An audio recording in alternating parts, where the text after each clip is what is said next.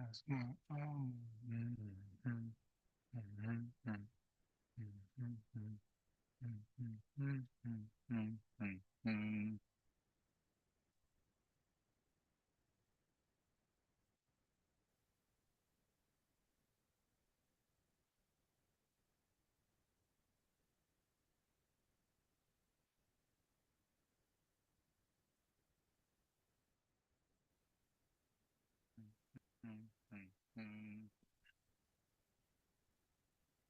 all right,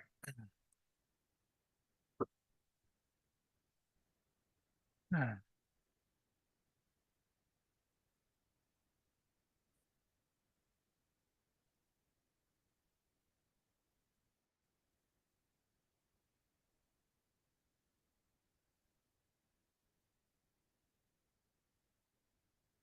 1 second.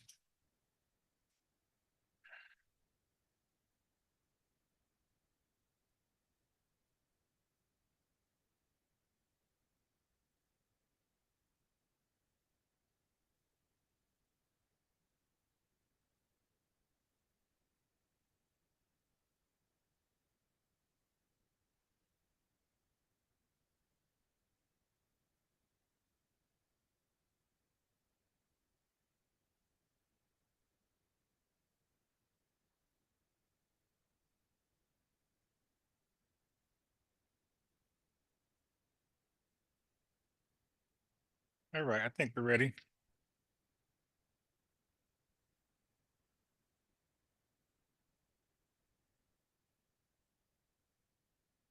Okay, I think we're ready. Hold on.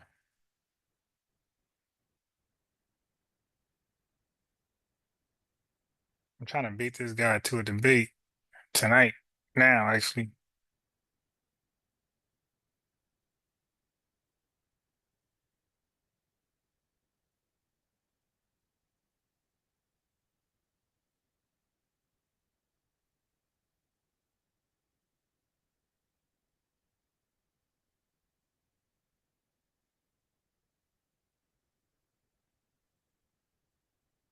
1 second. I'm trying to bait some of these guys to hop on.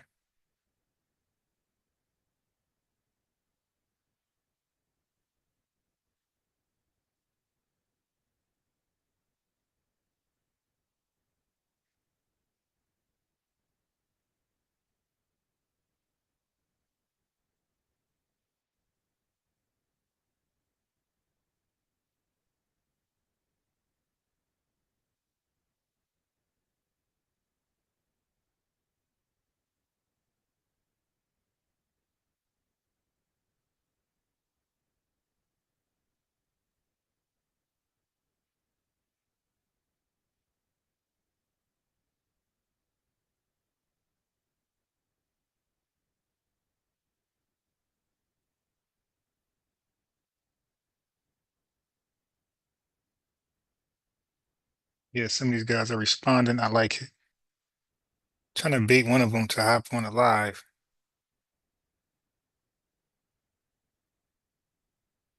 Let's see if I'm successful at that. You dig? All right.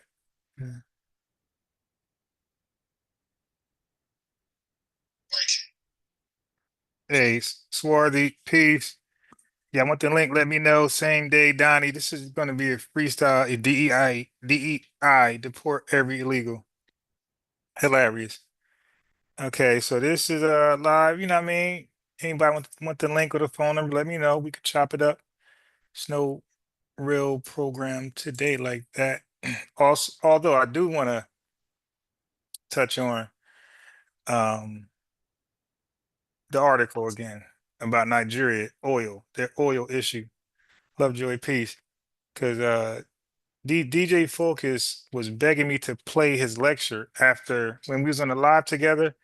When I was done reading the article, he gave a lecture. So he was like, "Yo, can you play my lecture after the article?" Then I'm like, "For what?" Because he doesn't get it. I'm like, "Dude, I read the article. I didn't give an argument. I read the article. So what are you rebutting? And matter of fact, this is an article you gave me. So you're rebutting your own argument." So I said, I'm sorry, you're rebutting your own articles. I said, bro, next time give me an article that you agree with, that you don't got a form of rebuttal for. So, but again, like when his mind is made up, is that's it. There's nothing you can do.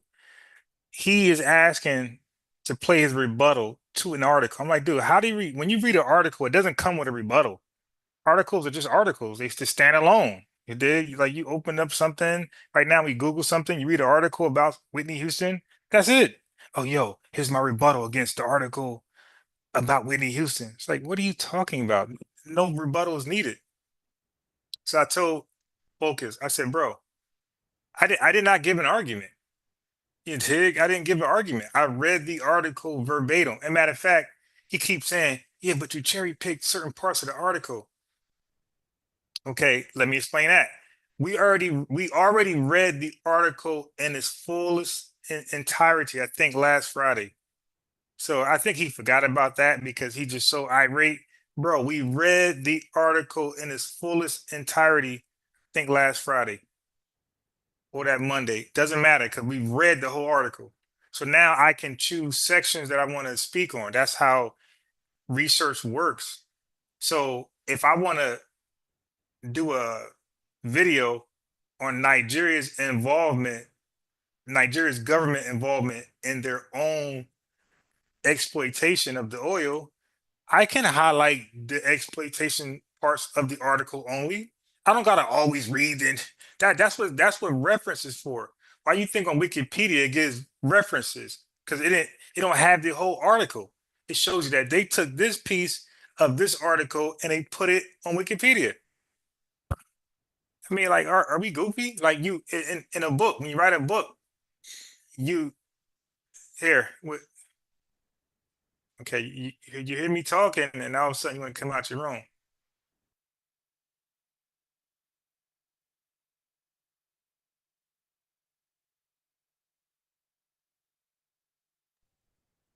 Yeah, so what's wrong with this guy? Like, you can't reference certain points or parts of an article or movie.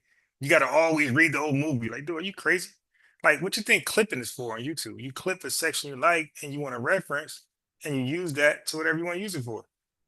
Just as long as you don't lie about it or misrepresent it. But what I'm highlighting is Nigerians' government involvement in their own exploitation of the people.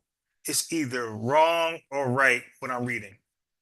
So there's no rebuttal. Just tell me what I'm reading is wrong. You dig? Which is goofy because it's part of the article. Now, I'm gonna do that right now. I'm gonna read the article, the only the sections where it shows Nigerians involvement. uh Focus can read the shells. Okay, go in there. If Focus wants, he can read Shell's involvement in the exploitation of the Nigerian people. That's fine. Okay, so there was two people involved. There was the British, which is the U Shell, and you have the Nigerian government. I mean, what's the problem? Okay. Okay. So anyway, let me pull the article up. Let me briefly just go over it, if you don't mind. Okay. Here we go.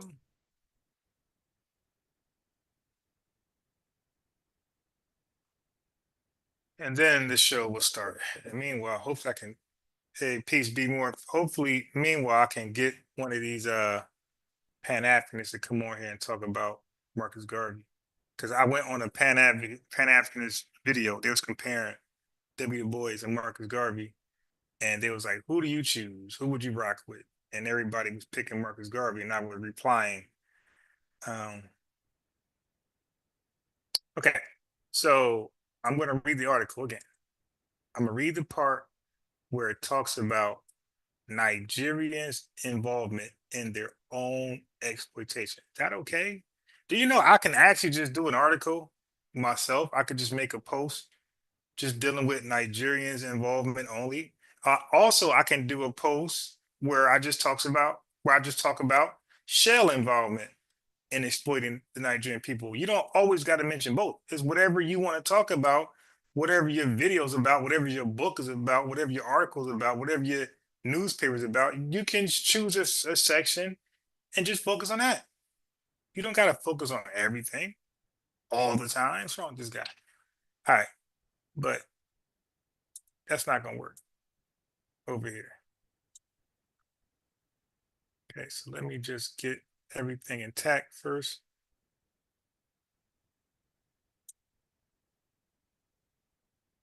And then I'm going to go in.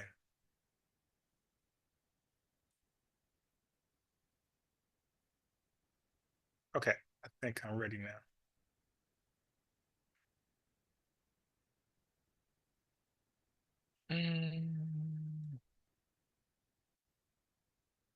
Okay, so this article is from DJ Focus. He submitted it.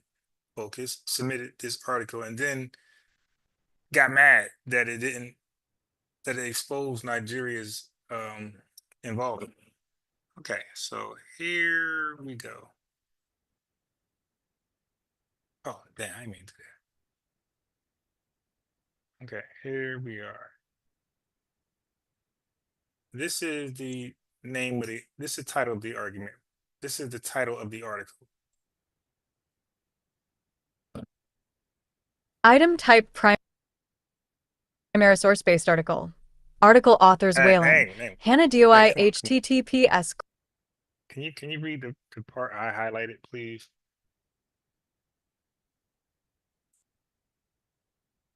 Only.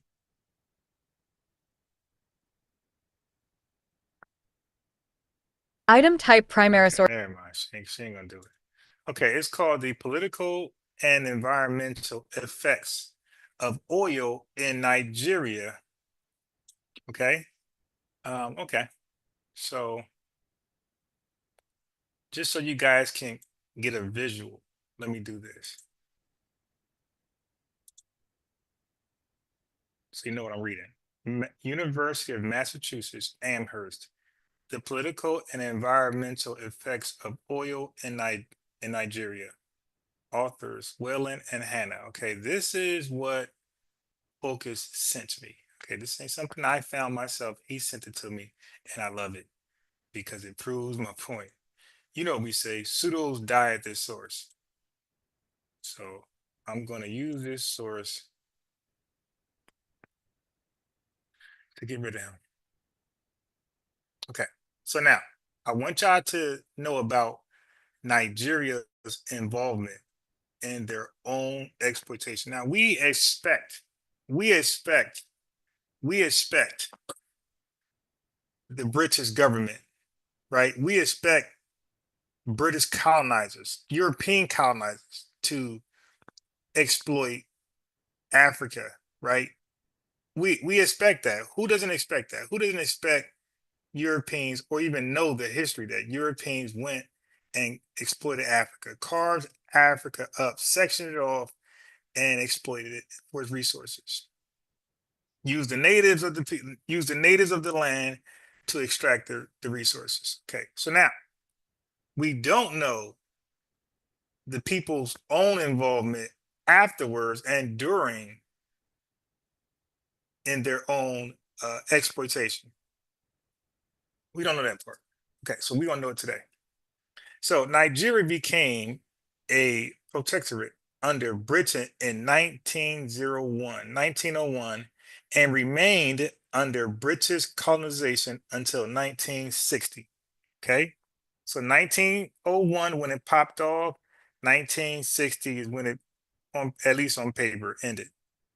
In 1956, however, oil was discovered. So right before um, they were done with Nigeria, oil was discovered in Oloibiri. And since then, oil has become a leading source of economic value in Nigeria.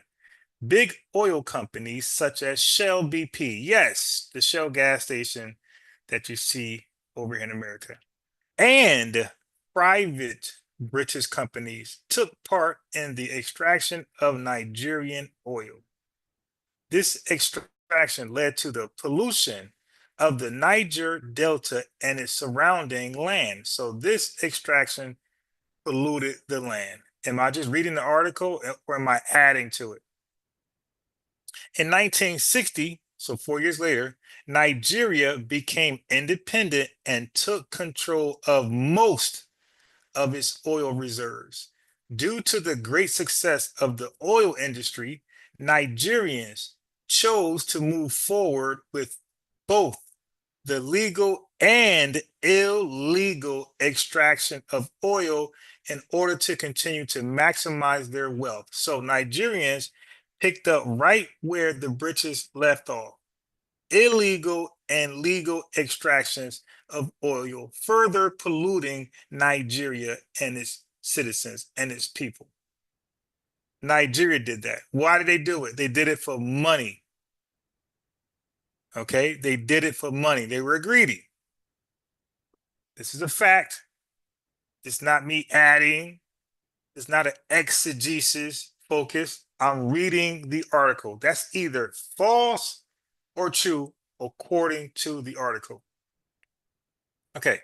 Ultimately, the environmental damages were overlooked by the Nigerian government, or does it say British government, or does it say Shell BP? Ultimately, the environmental damages were overlooked by the Nigerian government. Okay, now we're going to go to the origins of colonization. The colonization of Nigeria was a direct result of the Berlin Conference of 1884, 1885. Colonization forced Nigeria under a unified rule. It forced Nigeria under a unified rule, classifying Nigerians into an African homogeneous identity.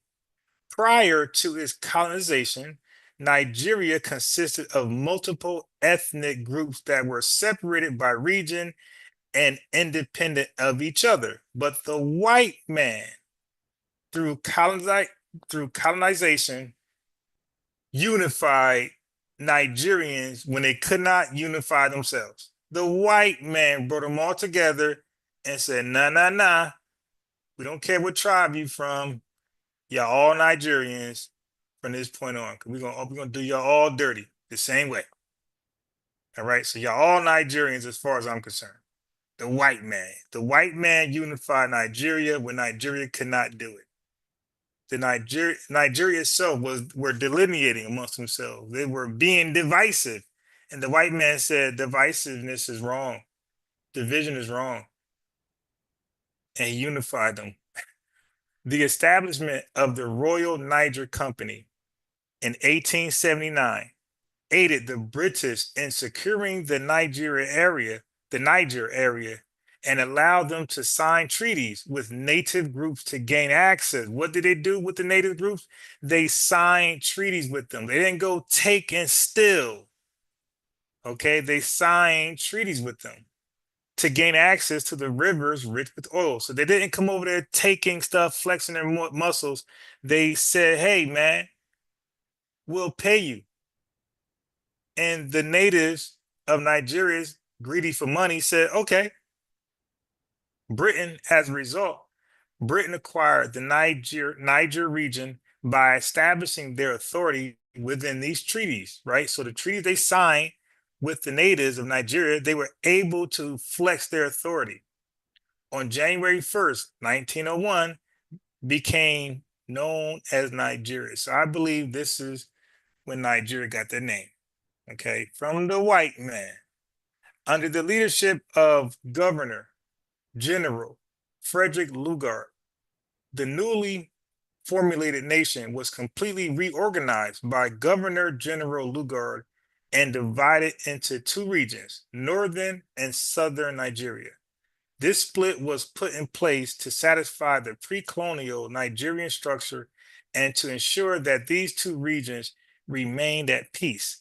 Prior to British interference, the two regions held different religious beliefs and loose political structures. You see, the white man brought them together. Shortly after the establishment of Nigeria,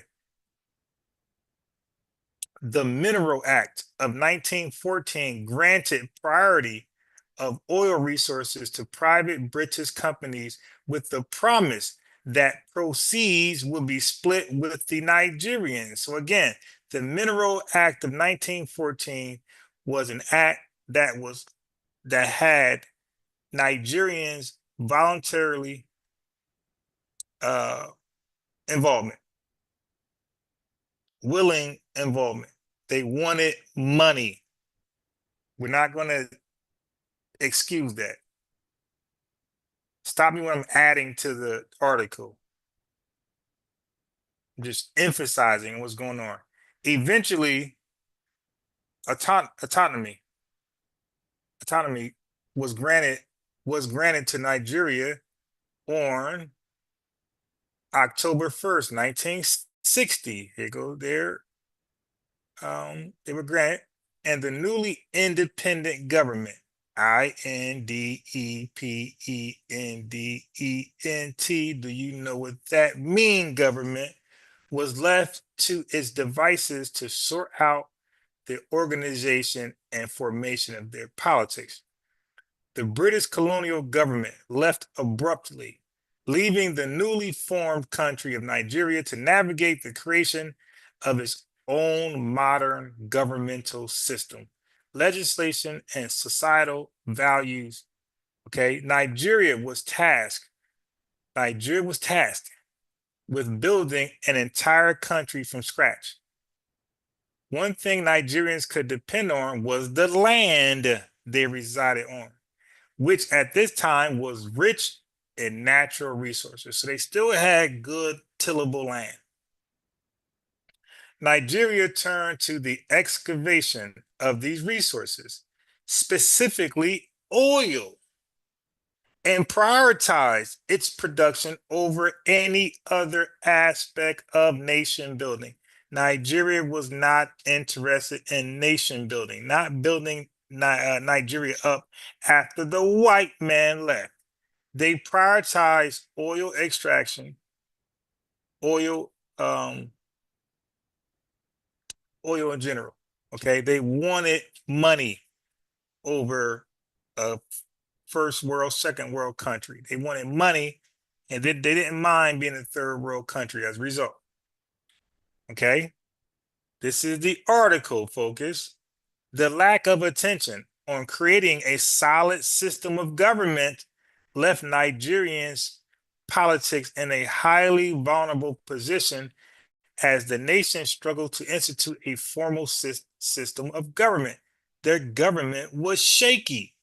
So the white man can easily come amongst them and bribe these officials to do their bidding.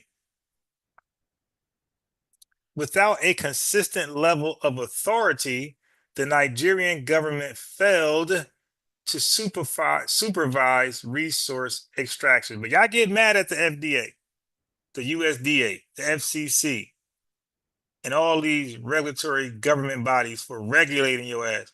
The IRS. Y'all get mad at these folks. But now you see it's needed to sustain a country. Got to, or you'll end up like Nigeria.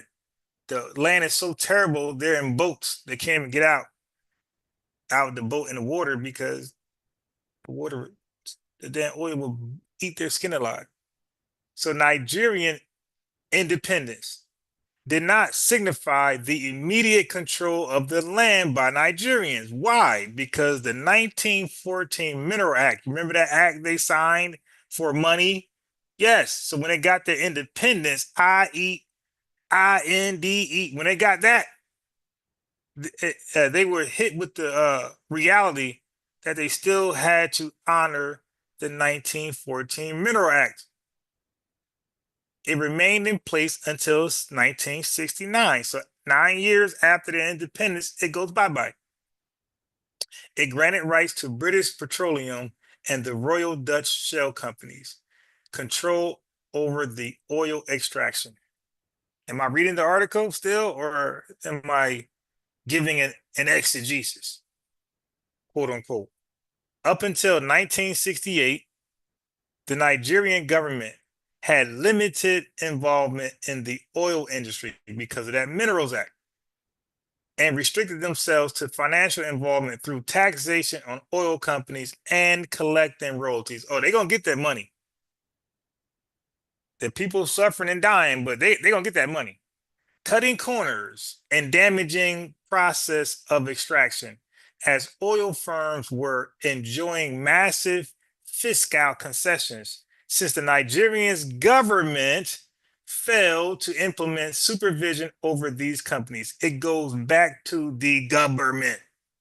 You heard me right, the government, BER, the GUHBERMINT, government, like mint tea, government. Okay, that is who and what they didn't form.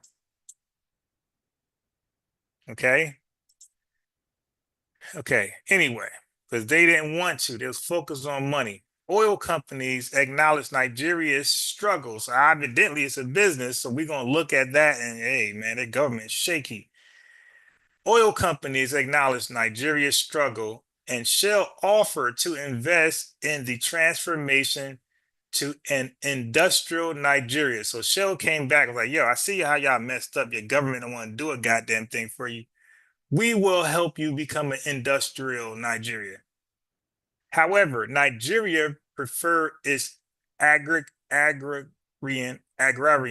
based society and refused to industrialize. You see, so focused Nigeria had options. They don't have to sign a treaty. They don't have to agree. They can say yes or no. They said no right here. They agreed to a relationship with Shell, one in which Nigeria offered them continuous exploitation of oil. They did do a deal with Shell, where they allowed Shell to continue to exploit the oil. As a result of exploiting the oil, you got extracted, and the people are suffering because of these bad practices. Is not regulated. The Nigerian government don't say, "Hey, no, no, you can't do it like that," because our people suffer and they die and they get skin disease, skin cancer. Nah, we got to do a better job than that. So you guys got to be more, humane when you extract this oil. They didn't say that. They didn't say that. They said business is business. If they die, they die. Draco voice. Okay. So now what happened next? What happened next? They agreed to a relationship with Shell, one in which Nigeria offered them continuous exploitation of oil and in return received financial support. See, for Nigerians, it was all about the shmoney. It was never about government, the government, the government. It was never about that. It was never about people pride, technology, and being smart and being a first world power like Japan. No, they wanted money. Japan didn't have oil like this. Japan would have been probably would have dominated the world had they had that. Anyway, what happens next? However, with the oil boom in the 1970s, Nigeria found their way to the Organization of Petroleum Exporting Countries, also called OPEC. OPEC encouraged the Nigerian government to become more involved in the oil industry and helped to regulate the process. Okay, so they helped regulate Nigeria's uh, in the process, right? Their oil, whatever. In 1971, the Nigerian National Oil Company was formed and began oil exploration on behalf of the state. A step towards greater oil control, so they had greater oil control, however, did not particularly lead to better management of the oil extraction process. So, although the British, the Dutch Shell, BP, had the greater control of the oil at one point, and as a result, exploited the people of harmful toxins and oil spills, Well, when Nigeria got more control of the oil extraction process, they didn't do a better job. They kept the same dirty practices rolling. That's what I'm talking about. In this article, that it either says that or it don't. Okay? This is not an exegesis. This is a verbatim read about Nigeria's involvement in their country's exploitation. Now, FBAs, we don't know anything about this. This life right here, we know nothing about that. TI talk about what you know about that. We don't know nothing about this. This is a third world African Caribbean experience. We don't know about this. Despite gaining authority in the Niger Delta, Nigerian officials did not seek a more environmentally friendly approach to extracting oil. I told you they didn't give a damn. They continued the same savage practices as Shell BP and the British private companies. That's what I'm trying to tell you guys. So when y'all say, hey man, the white man did all these terrible things, well, guess what? When they got done, Nigeria did not make it better. They did the same terrible thing. So we're gonna give Nigerians a pass for the same inhumane behavior? What are we doing here? Okay. Let's continue. Now here's the sad part. The Ogoni people, a native group located around the Niger Delta, relied on the land for income and nourishment of their community up until the extraction of oil in the region. Once Shell infiltrated the area, the Agani community found their land flooded and the wildlife within the river was dying off, leaving their farms inoperable. In addition, the Agani were contracting skin diseases as a side effect of the polluted water. This is via the Nigerian's government. Government. The Agani community called for government assistance. Which government assistance are we talking about here? Are we talking about the British government? Are we talking about the white man? Or are we talking about this? The Ogani community called for government assistance, but were ignored by the Nigerian government. Mm. As they gain economic stability through this process of exploitation. This is the article, focus. This is the article. Okay. Corruption, corruption, corruption. Corruption in the Nigerian government. It said Nigerian government, not the white man government, led to the oil industry serving as a fundamental aspect of Nigeria's autonomous survival, which resulted in a lack of consideration towards vulnerable communities and ecosystems around the Delta. This section is called the misuse of oil in Nigeria. The access to oil in the Niger Delta has, in some ways, prevented the growth of the country. What happened? What happened? The access to oil in the Niger Delta. So basically, Nigeria is better off without the oil than with the oil. They were better off without the oil. As government priority is given to oil extraction. So government priority is given to oil extraction. Communities that once thrived on their own are now being forced to relocate and call for government aid.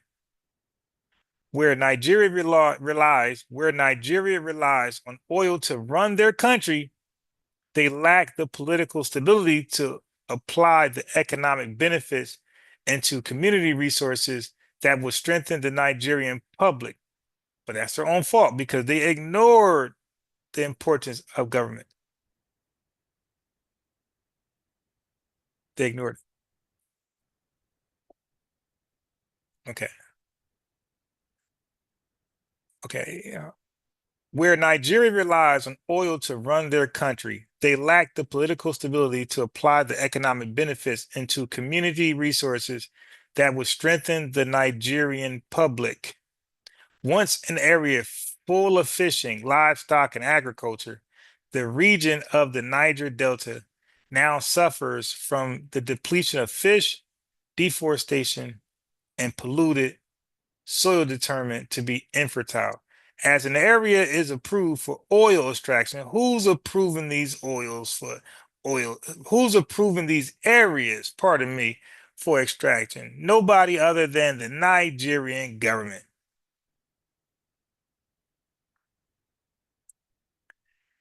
It's empty to make ways for pipelines. Agricultural lands and ponds are usually destroyed. This process strips communities of their income and brings about the stagnation of society as it struggles to support itself and discover new ways of living. So they are literally stumping the country's growth so that they can remain rich. As Nigeria entered the early 2000s, its oil industry continued to cause harm to the environment. See, illegal oil cultivation has been adopted by communities that lost their jobs as fishermen and farmers. So they turned these agricultures into thieves because the oil is killing their way of life. And now the only way to make money is to join this illegal oil extraction finesse.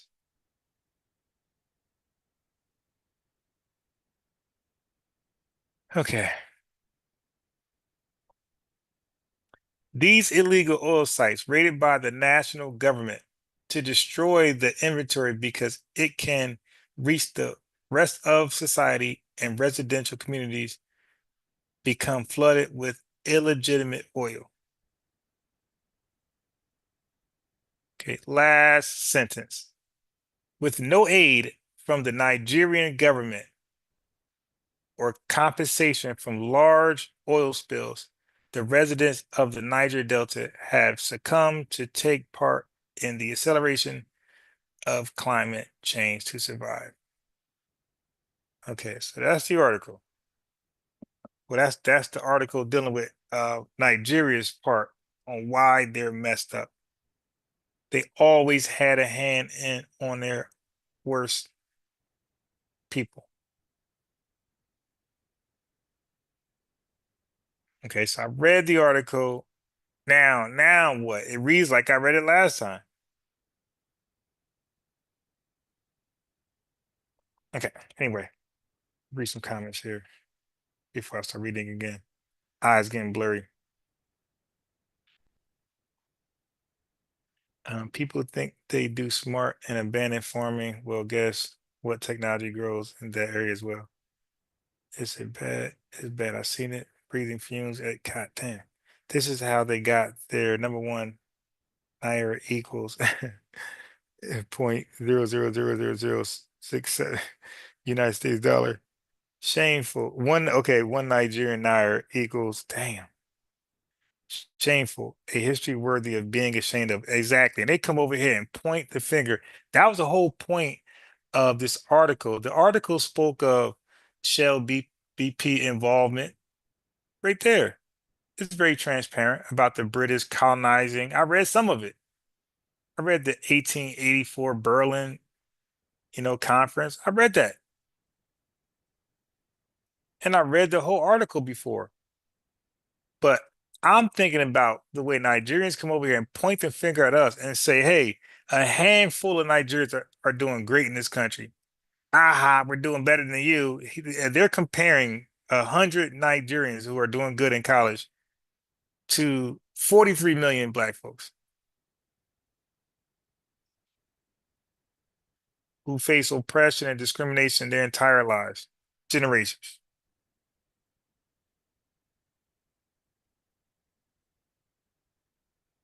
Okay, so anyway, this article was to humble them and arm you. This was to arm my FBA people and humble the Nigerians. Humble them. Why are you pointing at us when you guys are literally floating on oil? You guys are floating. You use boats to get around. Got so smart. You ain't got schools over there. So like the cap is real. The cap is real. Okay. You put the link out. Let me put the link. If y'all rather the phone number, let me know. I'm gonna put the link out there.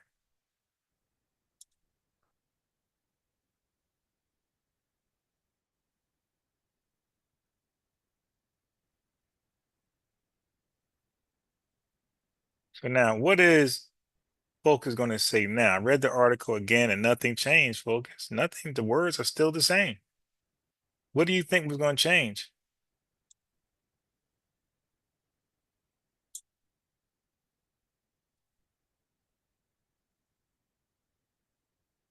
Focus. What actually changed? It said the same thing.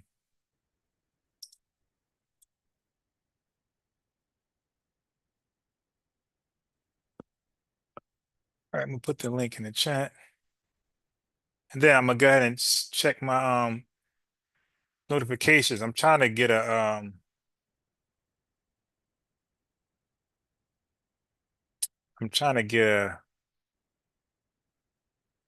Pan-Africanist to bite straightening. All right.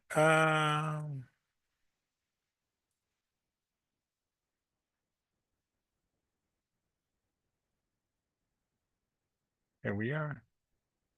Let me put the link in the chat. Let me know if y'all want the phone number.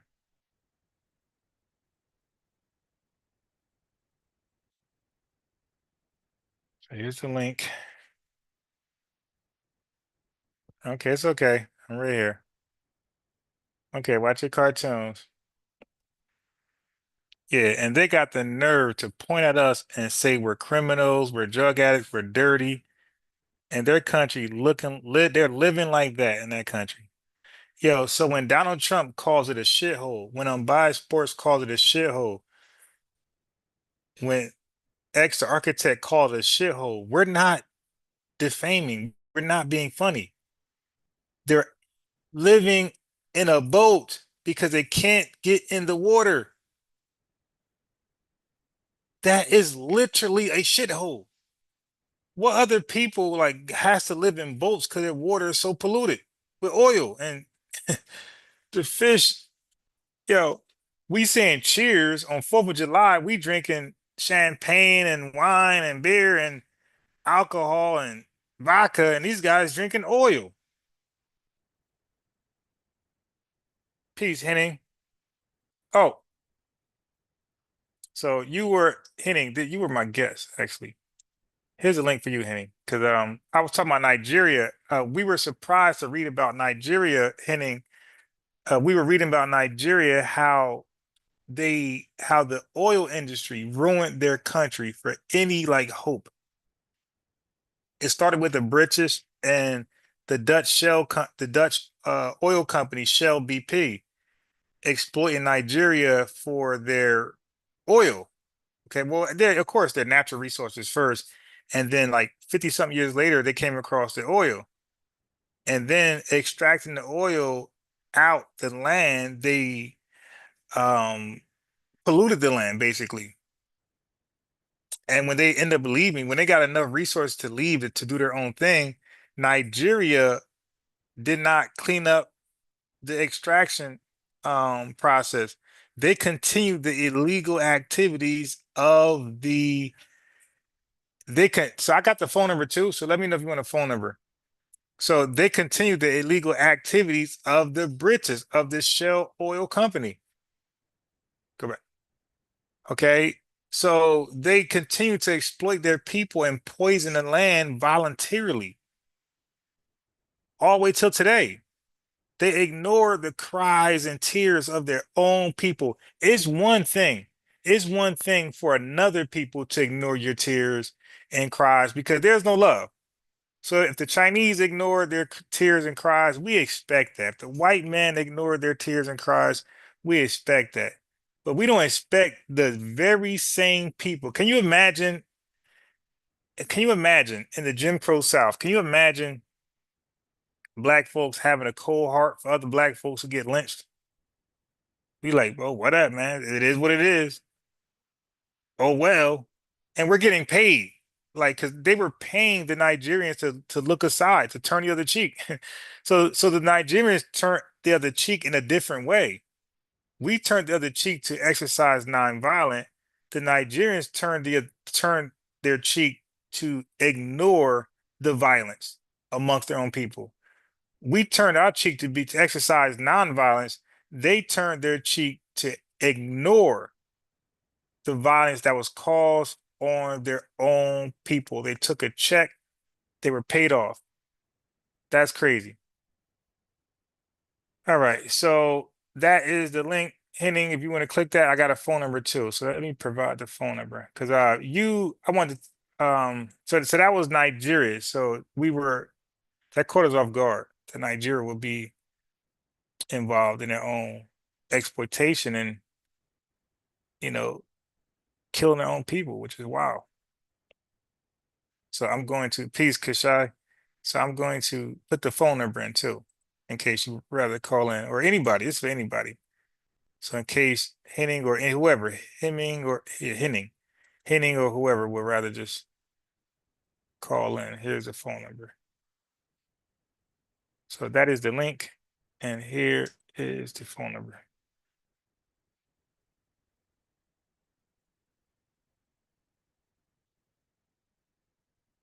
And here's the access code once you enter the phone number.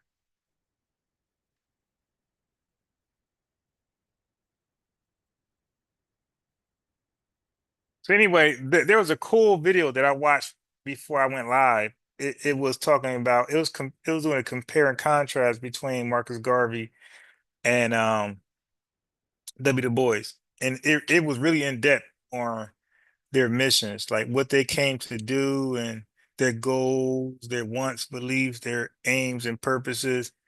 And it was really good. The drawings were really animated and good.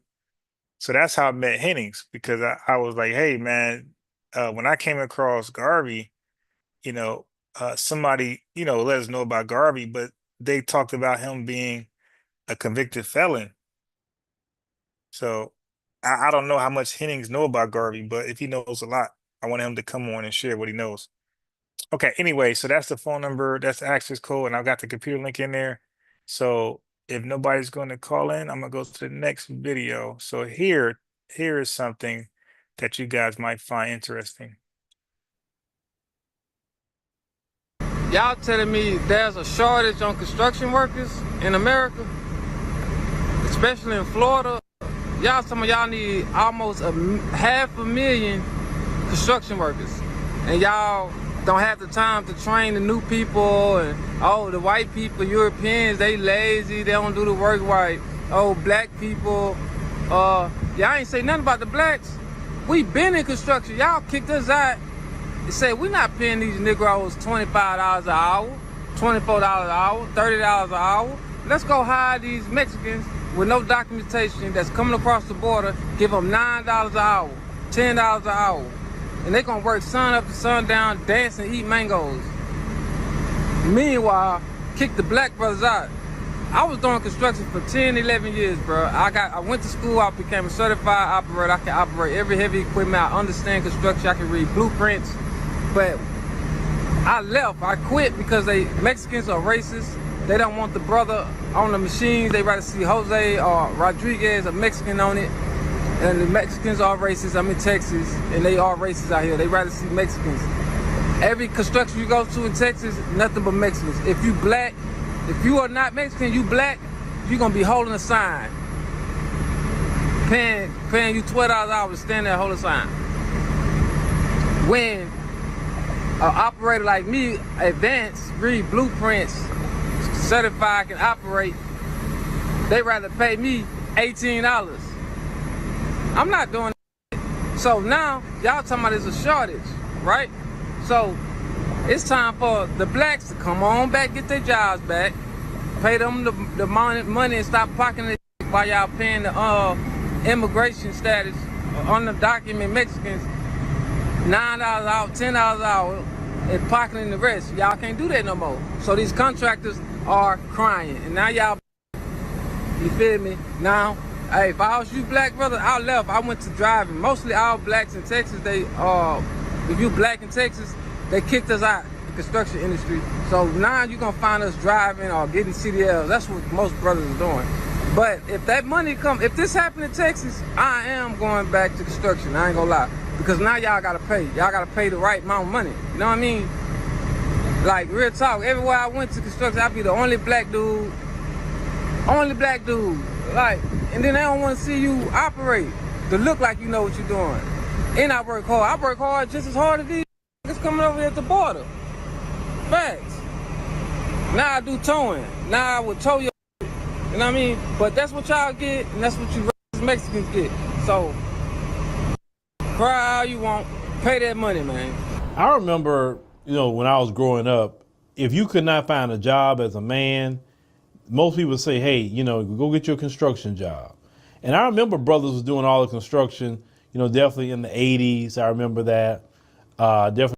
Okay, so Henning said that Marcus Garvey was J. Edgar Hoover's first victim. And he said that mail fraud, yeah, that's what I read. Mail fraud was the crime advertising shares for a ship that wasn't yet bought.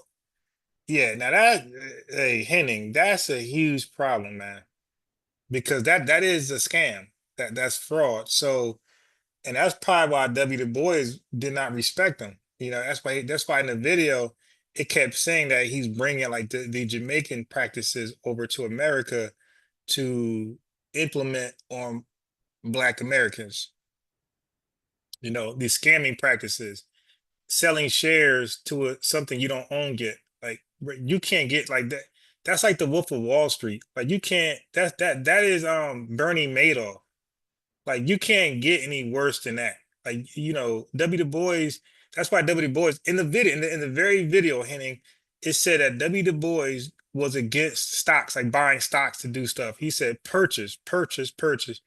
And when the video showed that Marcus Garvey had all these guys paying him monthly, I said, okay, yeah. Anytime you join an organization, you got to pay something monthly. I'm good. I'll pass. I'll pass. We started because like that's no different. That's like tithes. I mean, you could say what you want to say, but that's a nice way to say tithes. You're paying tithes, and I'm not even saying paying tithes is a bad thing. I'm just saying it is what it is.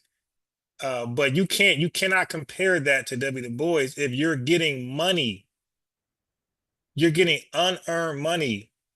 W. Du Bois did not get unearned money. Can you imagine they both got the same amount of money from people? So they said Marcus Garvey first year, he got like the video said he got $600,000 the first year. Okay, can you imagine W. Du Bois getting $600,000? Can you imagine Booker T. Washington or A. Philip Randolph getting sick? What would they done with it? I mean, they wouldn't have bought steamships. That was a bad investment. Okay. Okay, cool. When you back home, no problem, no rush. Yeah, so what you're saying is true, and I found that problematic when I looked at it. It's like, dude, you're collecting money from people that's unearned. You didn't earn it. W. Du Bois actually got a job. He got a career.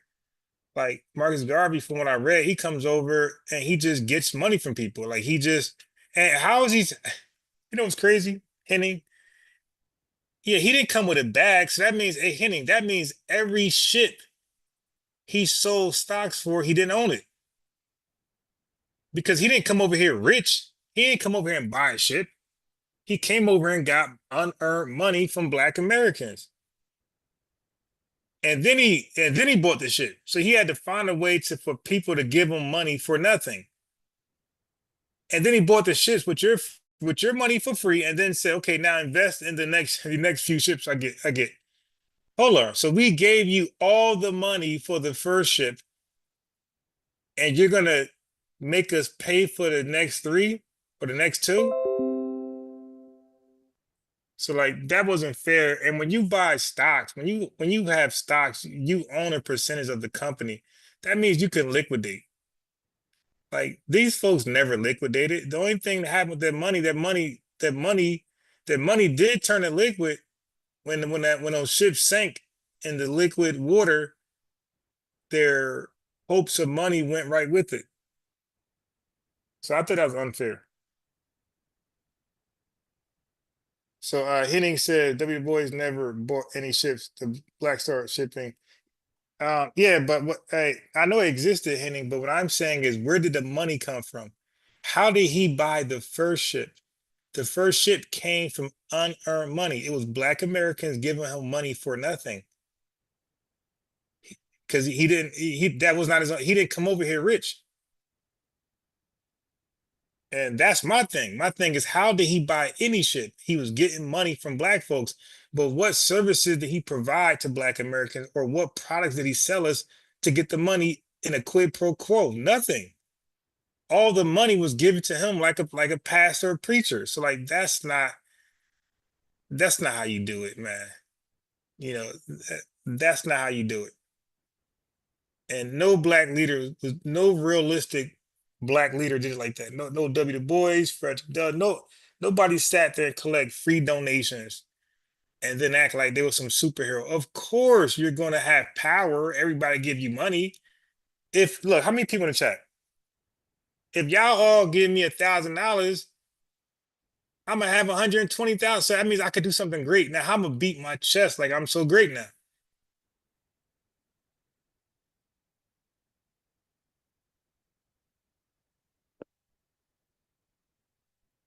So Henning, are you telling me that Marcus Garvey pitched a dream to Black America? Say, hey, give me money. I'm gonna buy this ship, and we're gonna go back to Africa. And then after I buy the ship, I want you guys to keep giving me money over and over so I could buy 3 more ships. Are you telling me that was his selling point? Because that no wonder W. Du Bois didn't like him. Now I see why. That wasn't a good selling point. Like that was definitely some shadiness going on behind there. Because that's not how Black American leaders operate, by the way. Black American leaders don't have their hand out. They don't have their hand out. They expect you to work like they work, and you pull your resources together. You get it done like Black Wall Street. So we got examples. We got Durham, North Carolina. That W. Du Bois went over there and visited that. So that's another thing that we forget about. Sport, are you there? Say it one more time, brother. You know what we forget about is this. We forget about that W. Du Bois wrote a book that I own about Black Wall Street in Durham, North Carolina. Okay. So when he's against Marcus Garvey, you got to understand why. Like he is seeing real Black economics in real time. And then he's seeing what Garvey's doing. And he's saying no, that's not the way. And he was more than qualified to speak on it and give the proper counsel. Right. He's like, no, that's not how you build Black wealth. And what happened? The money sank with the ships. So he was absolutely right. Like nothing materialized. Hey, Swarthy, do you know what happened when a ship of Garvey's actually made it to Liberia? You know what happened? What happened, man? The Liberian government locked their ass up and deported them and told them never come back. Damn. Oh. Yeah. Yes. So Henning, that is the other part looked at. The Liberian, that ain't it, Jamaica. That's not it. Yeah, he made a public announcement to America. He said, "Do not come back. If you with this guy right here, don't come back." Because W. Du Bois and the Liberian government said the British was pretty much in control of a lot of things, and you can't just skip around them to get shit done like that. You ruining relationships. They're like, oh. Ain't no back door and cutting corners over here. You gotta do it you gotta build real relationships. You can't just get side, you can't just Euro step people.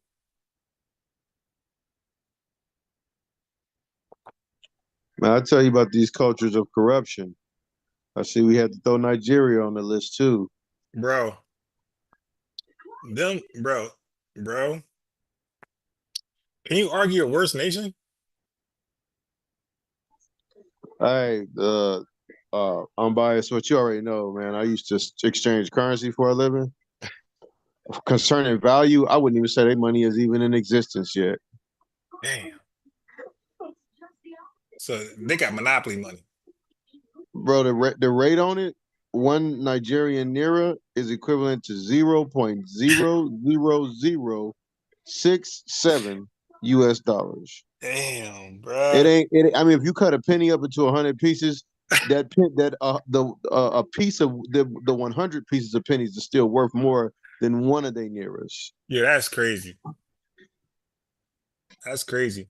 I would have had to haul ass and run and get up out of there too. I'm starting to understand why some of them had to just go. I would have, some, not trying to throw it in their face, foundational Black American family, but they should definitely be a way more humble when it comes to talking about us, because they had to wear that. That's a shame to have to wear that you had to flee, because here was your opportunity to work as hard as everybody been saying you worked, and you ran. This was the perfect opportunity for you to fix that rate of zero point zero zero zero That's wild. 67. Jesus. That's wild. That was And, their and chance on Bias Sports. and for the government to like backdoor them like that, like put them in perpetual hell. You want to talk about hell, bro? You talking about that deal they made with Shell and that oil. Yeah. And And, see and, that, and then the continued practices, the new deals and new deals and new deals that followed up. did you see the Prince, The Prince? the Nigerian, the West African king and the Prince who they send the check to for No. Shell and them being set up? So these two come to America and they make it rain in the men's warehouse. So they kick everybody out the men's warehouse and they just let the Prince go through there. And he probably dropped like 30, 40 racks or something like that. And he lead that joint with like 30 suits or something, man. Well, his Wow. people can't even drink the water over there because Right. they done polluted it so bad with them being thirsty over that oil. So they just completely ruined their own ethnic group and culture and people and lands. Like they destroyed their land doing that. Yeah, And that's what a wild. shameful history to have. Yeah, How yeah. can you be proud of that? Bro, I will definitely be doing what they be doing and saying like, hey, I'm from Harlem. I'll be doing the same thing. Like, where you from, Harlem? But where your lineage from, Harlem? I'll be lying too. Because to say And see, Chief Nigeria, X really hurt him too because of his trip to Ghana and what they told him and the books that he read over there. Them people been practicing slavery since time immemorial. mm, The universe caught up with Africa, family, and the future of Africa will be for the benefit of the Arabic Emirate. It'll be for the benefit of Russia and China.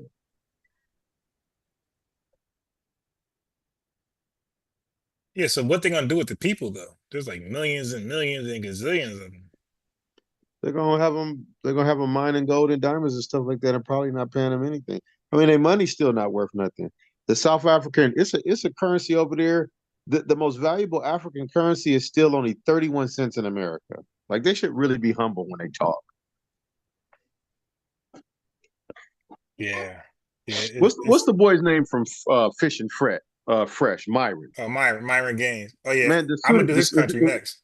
if he had to live off of their money, man, that dude would be able. All he would be able to get is a combo from Popeye, some drawers from Walmart, and a sleeping bag. He wouldn't even be able to afford to go to a pay for stay shelter or get a bum host. He wouldn't be able to get a room for $30, Ron. Damn. Damn. Their money not worth nothing either. That the Somali shilling is pretty much lint in your pocket. The Ethiopian birr, if you had 10,000 birr, that's only like $178. I don't see where they get the gall to put their chests up and chin out, against Black Americans, against Foundation FBA. I don't even see how they mustered up the courage to try to talk about us. Yeah, man. Yeah, you know what? And this, if I had to flee to Jamaica because America was becoming a shithole or it was too racist, overbearing, KKK in every state, and I had to flee, ain't no way in hell I'm gonna go to Jamaica and fly this flag, knowing what it did to me and why I had to flee. So for them to fly their flags, which I always had a problem with, but for them to fly their flag, they just fled the flag, right? They fled the flag because it was insufficient. And then they come to other countries and fly the flag, faking like their flag was sufficient. It's like, dude, you didn't come over here for some government contract on behalf of your country. Dude, you fled. So how dare you fly a flag from a failing country? Like you should be flying the flag of the country assisting you, saying, yeah, like when you work for a company, even as a contractor, you got to put on their belongings for the most part. You got to acknowledge who's employing you. This is this company. This is Johnson and Johnson where you're at. You get a face mask, it's gonna be a Johnson and Johnson face mask, or you with the booties in your feet, it's Johnson and Johnson. Like they gonna flex like, yo, you over here because of us. This opportunity you got is because of us. You can't fly your homeland flag with pride, with a sense of morality, with a sense of courage if you ran. Yeah, You're doing it. You're doing it, and it's shameful because you're not there, because you ran, because as hard as you worked, you couldn't work hard enough to fix your homeland. right. This And is this is the and reality. and that working hard thing is like it's the biggest lie that keep getting repeated. Yo, let me tell you this: the ones that come over legally, none of them work hard. You know why? Because they are the brains of the country. Like, when do smart people work hard? So they come over here and they get like the tech jobs, like the VVEX. They're not working hard. The ones that work hard, the ones that come over illegally, because now employers know you don't have a visa or the right way. They're gonna work you hard. They're gonna take advantage. They're gonna exploit your work. So you're working hard because you're an illegal and this company is exploiting you. You're not working hard because you're just naturally a hard worker. So I say it like this. This is how I properly word it. You're not a hard work. You're not a hard worker. You're just being worked hard by these companies exploiting you. Because you can't defend yourself against these companies Right. because of how thirsty you are to get away from your failed homeland that you're so proud of, that you're in a new homeland. You're in a new land waving your homeland flag that you ran from. So Make it disrespectful. make sense. So you over here getting employment, getting government assistance, you getting all these benefits because of the American flag, but you're flying your flag. Like that is just the ultimate disrespect. And then I've seen some protesters burning the American flag, flying their foreign flag over America not being okay with an illegal activity. You can't make this stuff up. Yeah, the entitlement, man, is just amazing, bro. The and this is why you need a smart like Trump in office to like not even give a F. To be like, man, screw your flag. Get out. Go join your flag. Fly it the right way. Fly it when you're on their homeland with it. Fly it over there.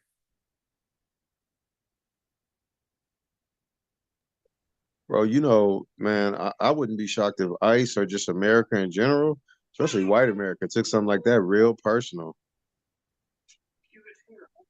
Well, Yeah, some of them I start. mean, they can make it hard for you. Yeah, some of them starting to take it personal. And they starting to wake up a little bit because everybody's starting to have their own tether problem. Like the Americans are realizing these uppity Indians, these uppity Nigerians, and whoever else are feeling a little entitled because they're able to sneak into tech and this and that and this and that, and and they're talking greasy.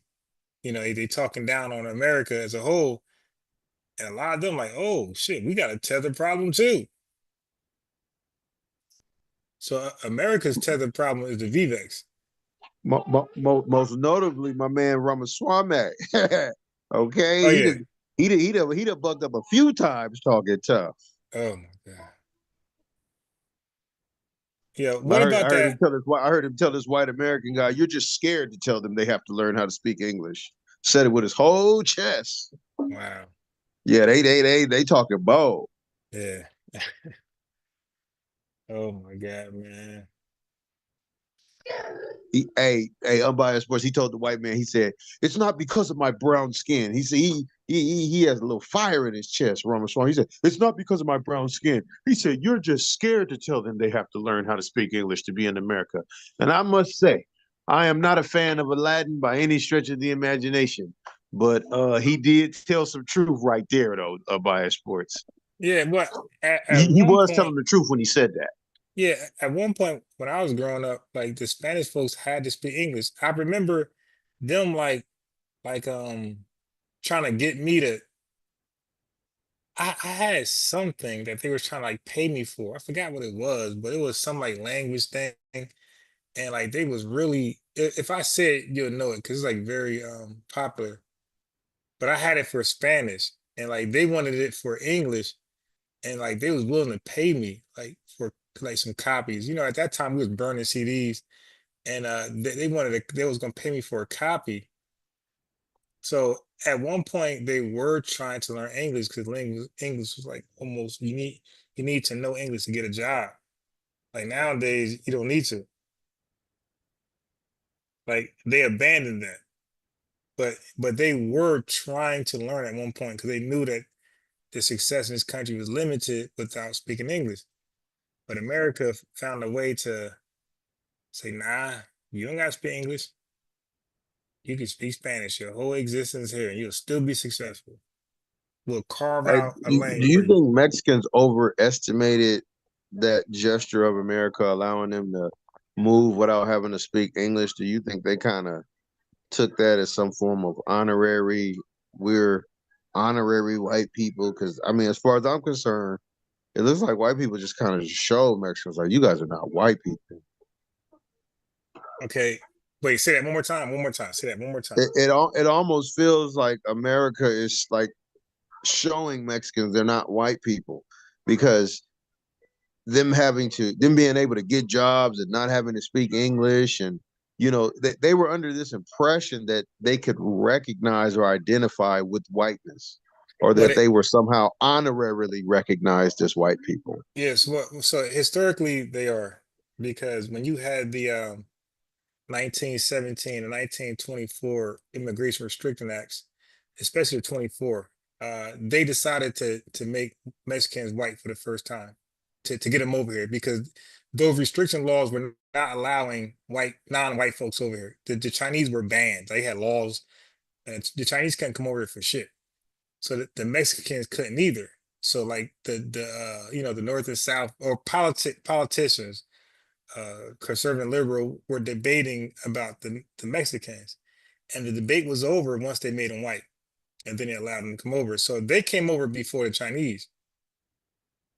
Or not really before, but they were more well received over the Chinese when they came over because they were classified as white. And see, I'm biased for I'm starting to wonder, man, when you think about like these farmers and these farms, you know, how far did they take the taking advantage of illegal immigrants on these farms? They had to been doing some pretty wicked stuff and inhumane stuff, might I add, family, because think about it. If you're in a place illegally, you really can't defend yourself, especially if you're trying not to get caught.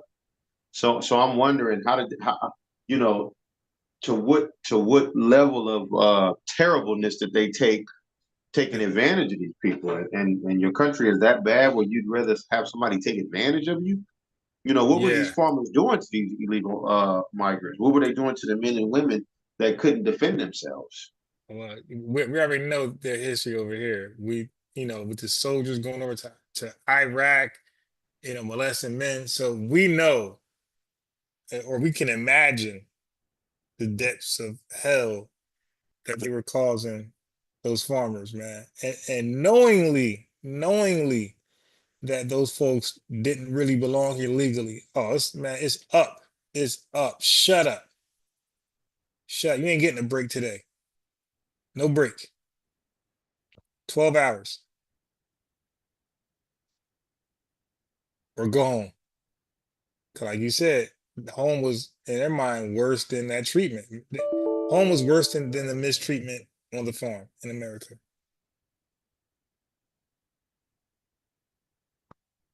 So it was No, like, I don't agree with doing people like that, bro. You know, even with some of the nasty stuff that I've heard Mexicans in videos say ever since this happened, you know, when they say, oh, the black people, you might be next. I mean, that's y'all just wishing harm to come our way.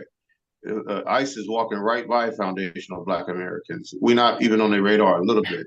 And if we was, it'd be for no goddamn reason anyway. right. So ICE is not worried about us.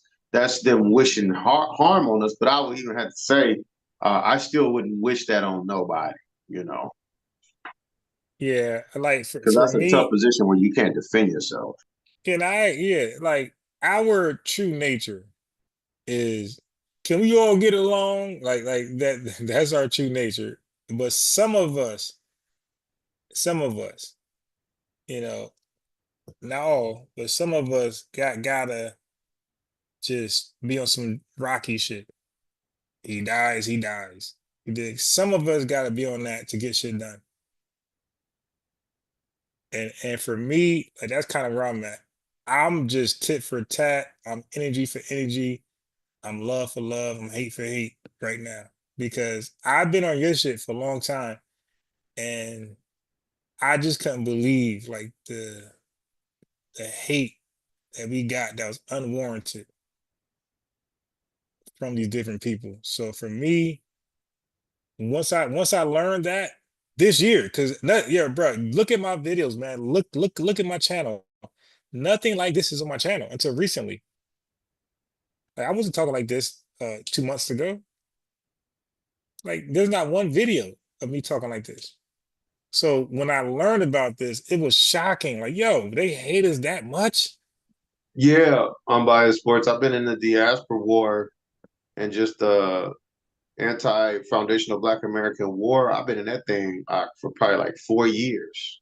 Mm, I just recently got to the point where, you know, I done fell back a little bit, but I used to be like in that war, and not on the internet, but actually in their face, in okay. Mexicans' faces, in Yeah. Africans' faces up here. I used Yeah. to confront them and tell them the truth about how I know how you feel about my people and that you cheat your kids and that you believe you're better than me. I used to tell them to their face.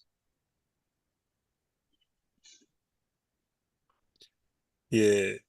And Yeah, just man. because I was cool with some Mexicans or Africans, it didn't mean that I ran from the truth of culturally how they were treating us. Yeah.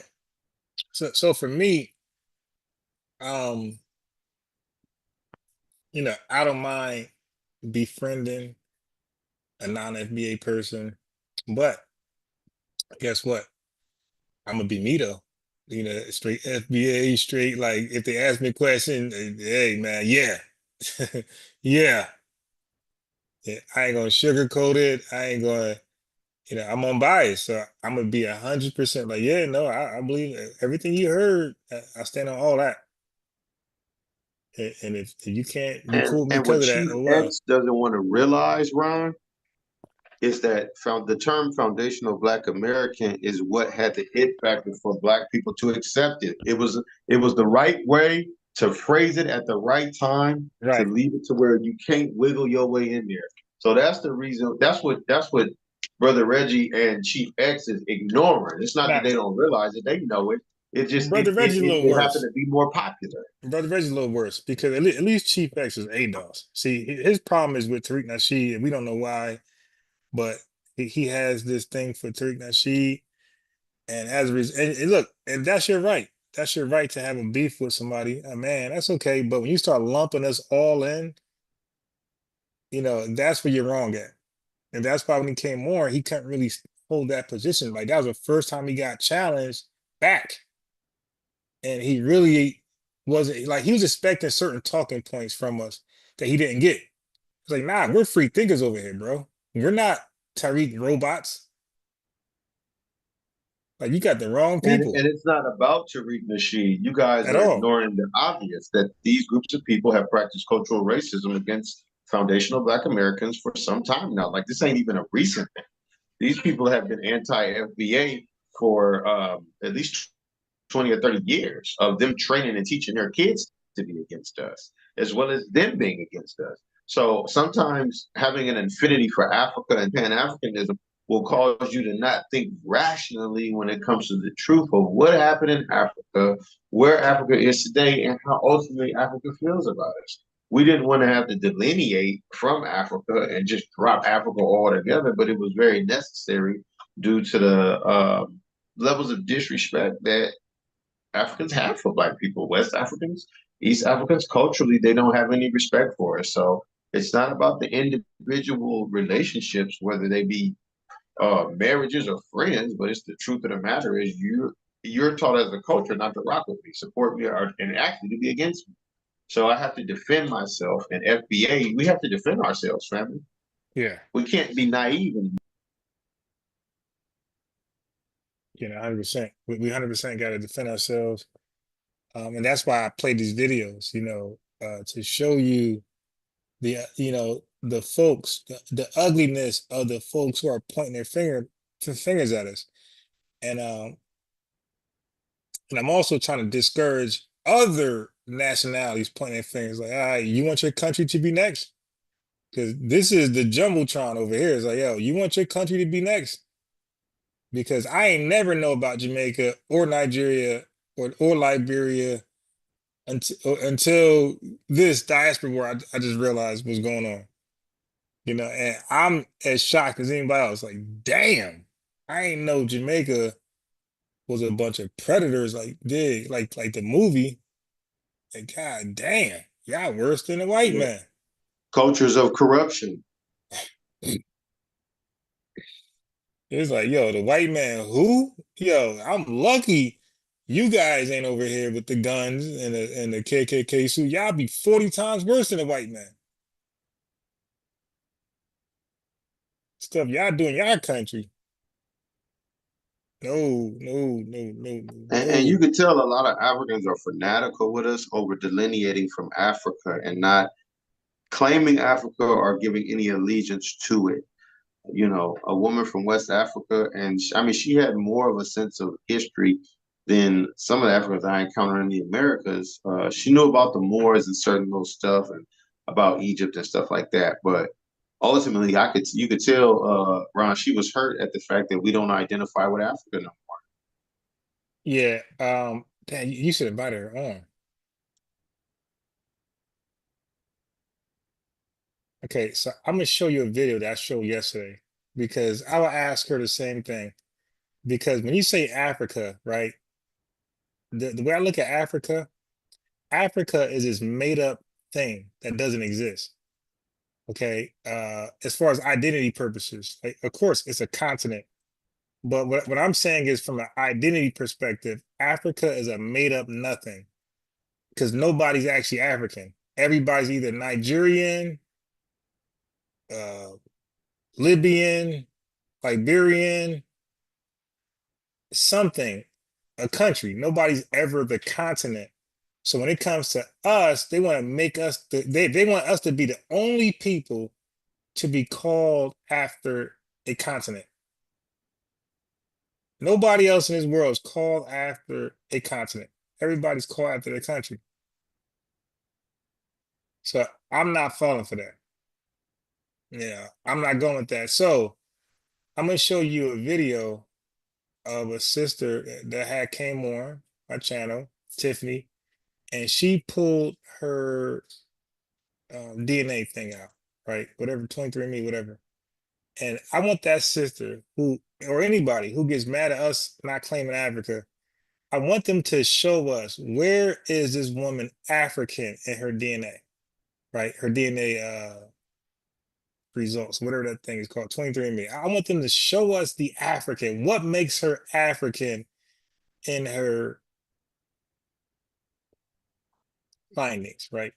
And I'm gonna pull it up in a second. Let me yeah, I could leave it like that. Yeah, go to the bathroom. All right, hold on 1 second.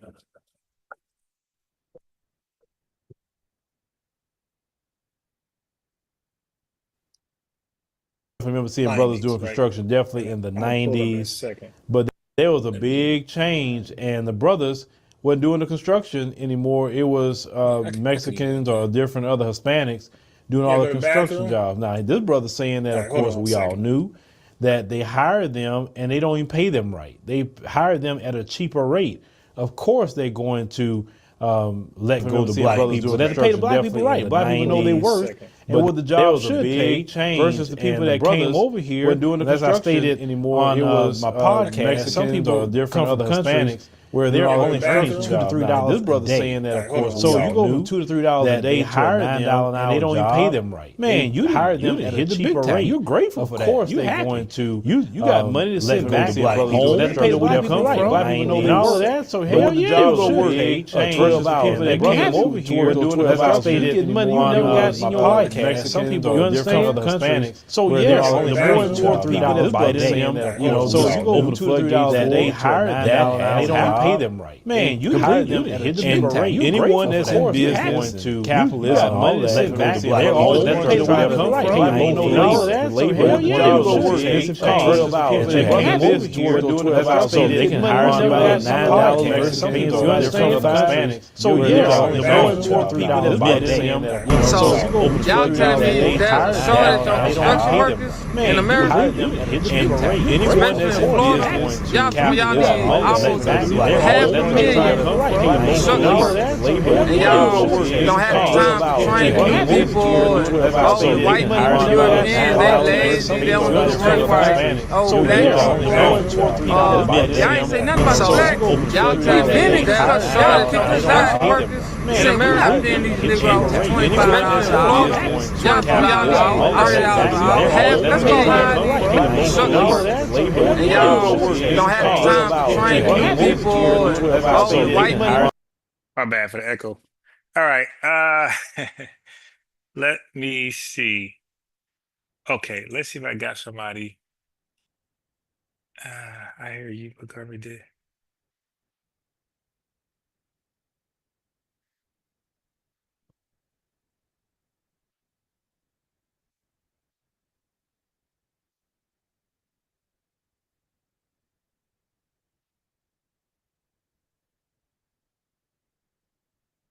Come on, man.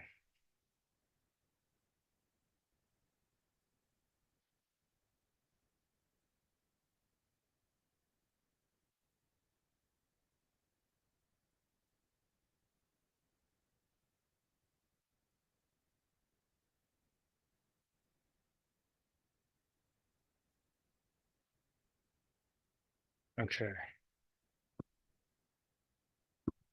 MC Fact. Peace. Black world forever. Oh, your husband. Okay. All right. I apologize. Okay. Ashley was your FBA. All right. You said the pictures. All right. So what are we doing right now? I'm trying to get an RBG guy to join us. Tell us about Garvey.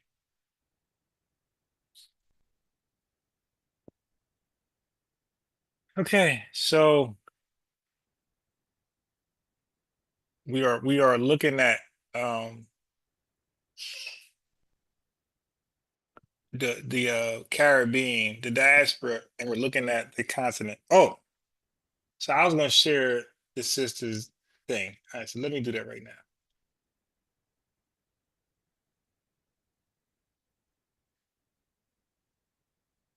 Because I was trying to explain it to Focus yesterday, but I think he's just too far gone, man, sometimes to even get him to listen to what you're saying. Like he's just too far into his rebuttals that he call them.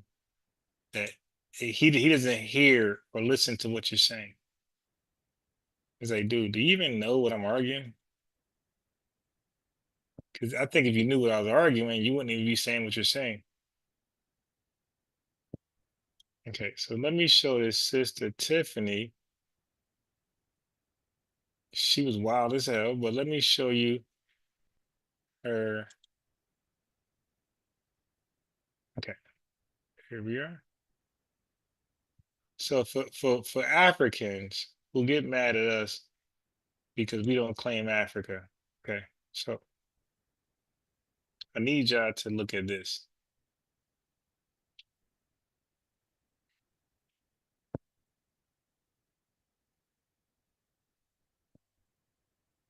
Man, that's dirty. That's his toy. Get your own toys.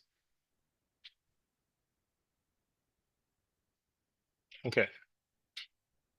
Yeah, get your cars. Don't, his toy is dirty. Okay. Okay. I don't know if you can see my screen. Can't you see my screen? Yes, I see it right now. Okay, so let me make it bigger, by the way. So now this is what I was saying, Swarthy in the chat yesterday to DJ Foger that he just missed it. Okay, but he like kind of got it, but how do you kind of get it? It's just obvious. Like, I don't know how you could kind of get it. It's supposed to, you got to get it.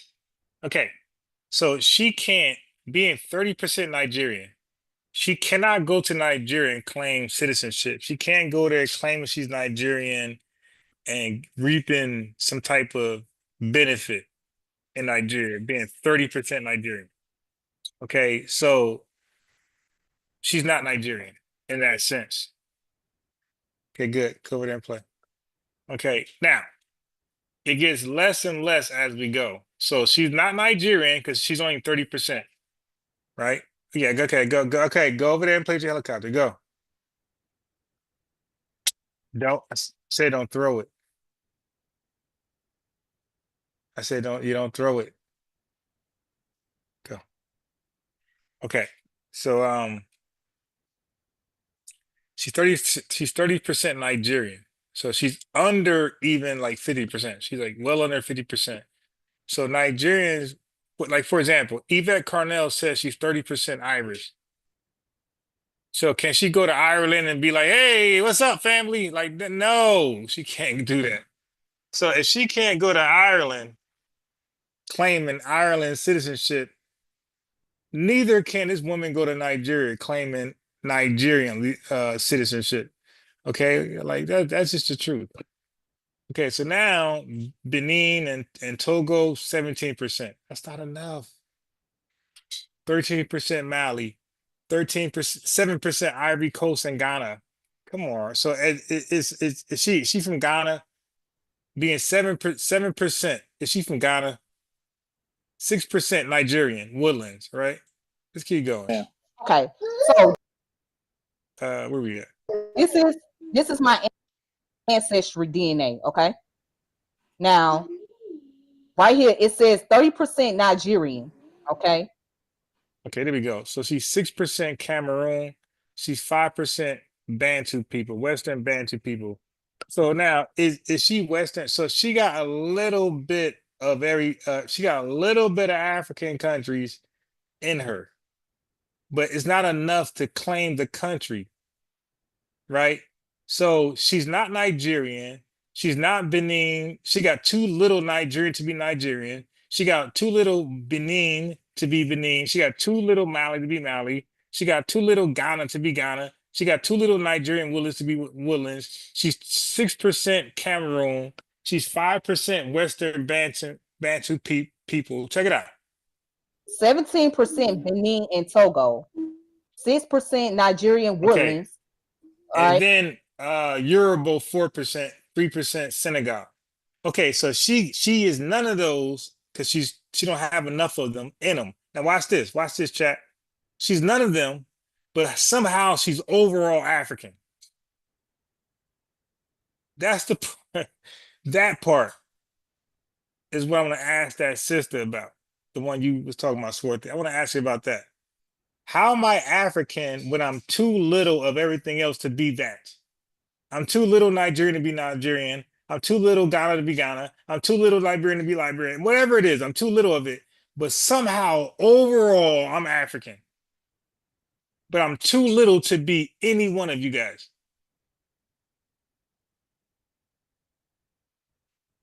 The math doesn't math. No, I got a little bit of African.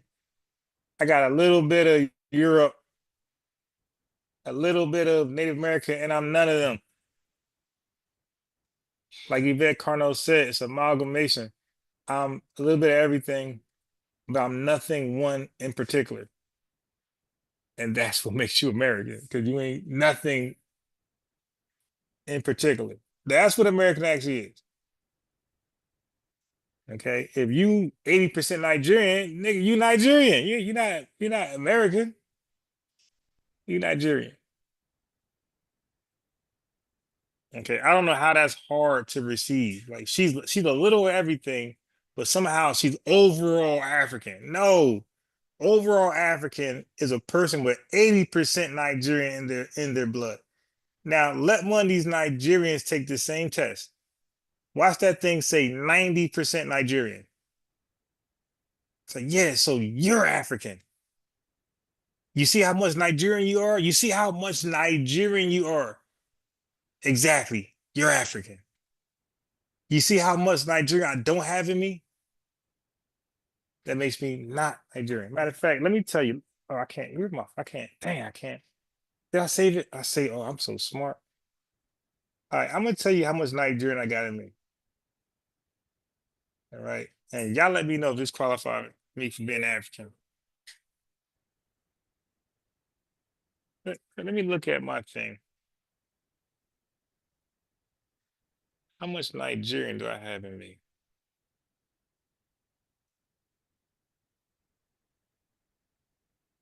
Well, hope I saved it. Oh shit. It ain't looking good for the team. Damn. Mm-mm-mm. All right, so I can't tell you.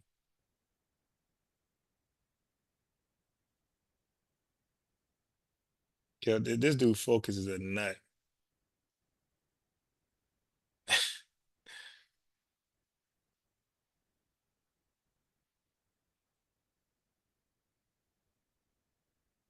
This dude said you're reading the whole article. You don't gotta read a whole article, fool.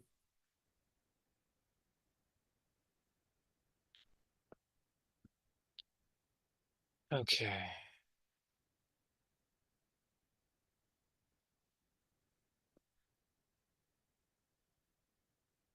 All right.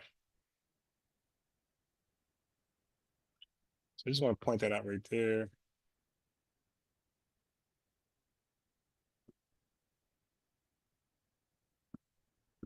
All right.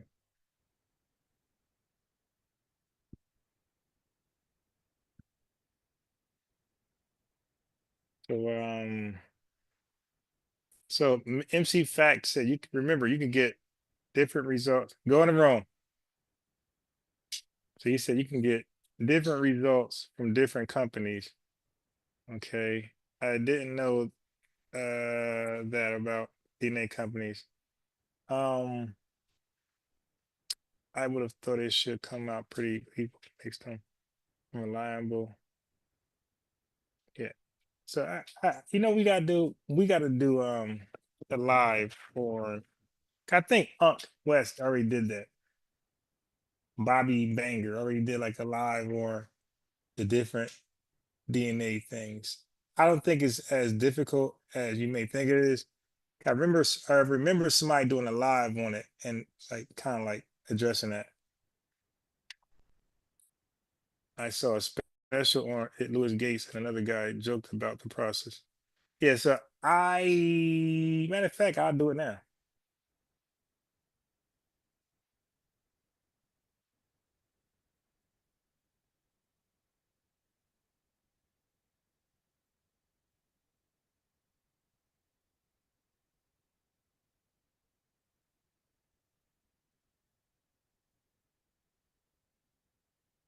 Let's check out it right now.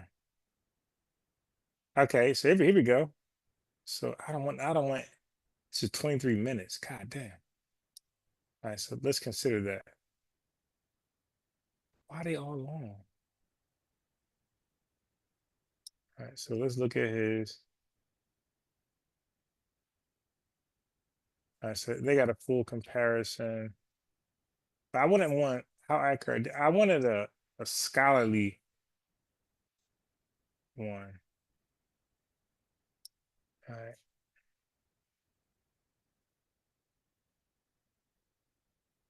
So let's check it out.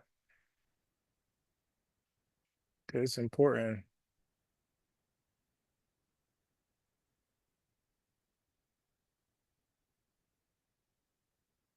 We want to know if it's a waste of time or not.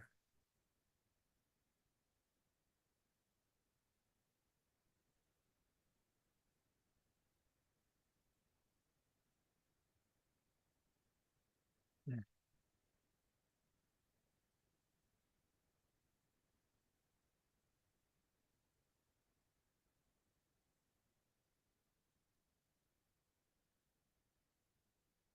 Hey everyone, Miriam Pierre Louis here. I thought it would be fun to not just look at my DNA results, but to compare my DNA results across 3 different DNA testing All right, we're gonna look companies at it, MC and see Fact. how Let's they look at it stack up on the against each fly. other. What's the result going to be? Are they going to be exactly the same or are they going to be different? That's the big question. All right, so let's start with my heritage. That's the one you see on the screen. And you can see here that my heritage is saying my ethnicity is 100% European. They've got 73.9, so basically 74% North and West Europe, of which 37% is Scandinavian. I like the way that it highlights on the map when you hover over that. English is 23. That's the only testing company that actually recognizes my English heritage. And then Irish, Scottish, and Welsh, So she just 12.4%. said the other testings did not acknowledge her English ancestry. Okay, interesting. They also give me 15 points, give me, and so that I have any Spanish or All Portuguese. right. So anyway, let's focus on this, right? Ah, dang. Can I screenshot this? Yeah, I think I can. No, I can't. Damn. I wanted to screenshot that because I want to compare the other companies she might have went through, but oh well. Blood. I think really what this is, she lived and not or tested there. Now these are tests where I actually spit or did the cheek swab for these. So these are not transferred results. I actually did the test at each one of these companies. Okay, so I think that okay, so she's explaining the different ways she did the DNA test. Okay, so this is probably why as well. Let me go back. MC Fact. Portuguese blood, unfortunately. All right, let's pop over to family tree DNA. I also tested there. Now, these are tests where I actually spit or, did the cheek swab Okay, so she's saying these tests are where she did the cheek swab. for these. So these are not transferred results. I actually did the test at each one of these companies. And so here's my ethnic makeup for family tree DNA. And they're saying Okay, I'm so 100% these are not transfer results. These are okay. European, very boring, no diversity at all. They're giving me 16% British Isles.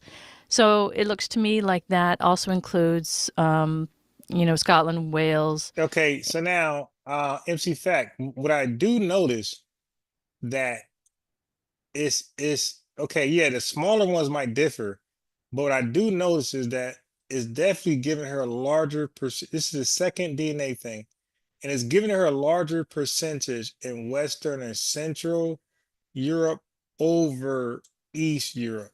Okay, so that's what I'm noticing in her DNA. So it's consistent with saying that she's more Northern and Western European over Eastern and Southern European. So that part is constant so far. All right. So that okay. So we do have some consistency so far. And Ireland. They're giving me 27% Eastern Europe. So I'm guessing that's where they're putting my Czech ancestry. 9% Scandinavian. Nothing in Southeast Europe. Nothing in Iberia. My hopes are definitely dashed with that one. And then most of my ancestry they're putting here in West and Central Europe. And they're not breaking it down further as MyHeritage had. So let's go take a quick look over at Ancestry DNA. Let's go. And let's see, my ethnicity estimate here, 50%. Okay, now, MC Fact, are you still there? Because the other one says she was 48% Western Europe, and this one is saying she's 50%. So that's very close. And that's very close.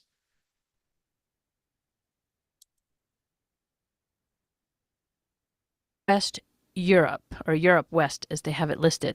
But look at this yellow bubble. It's a huge area. I mean, it even goes into Spain a little bit. It covers France and Germany, top of Italy here, Switzerland, Netherlands. I mean, this Europe West. Oh, and it even covers the southern tip of England. So it's really hard to say from this exactly what my ancestry is there.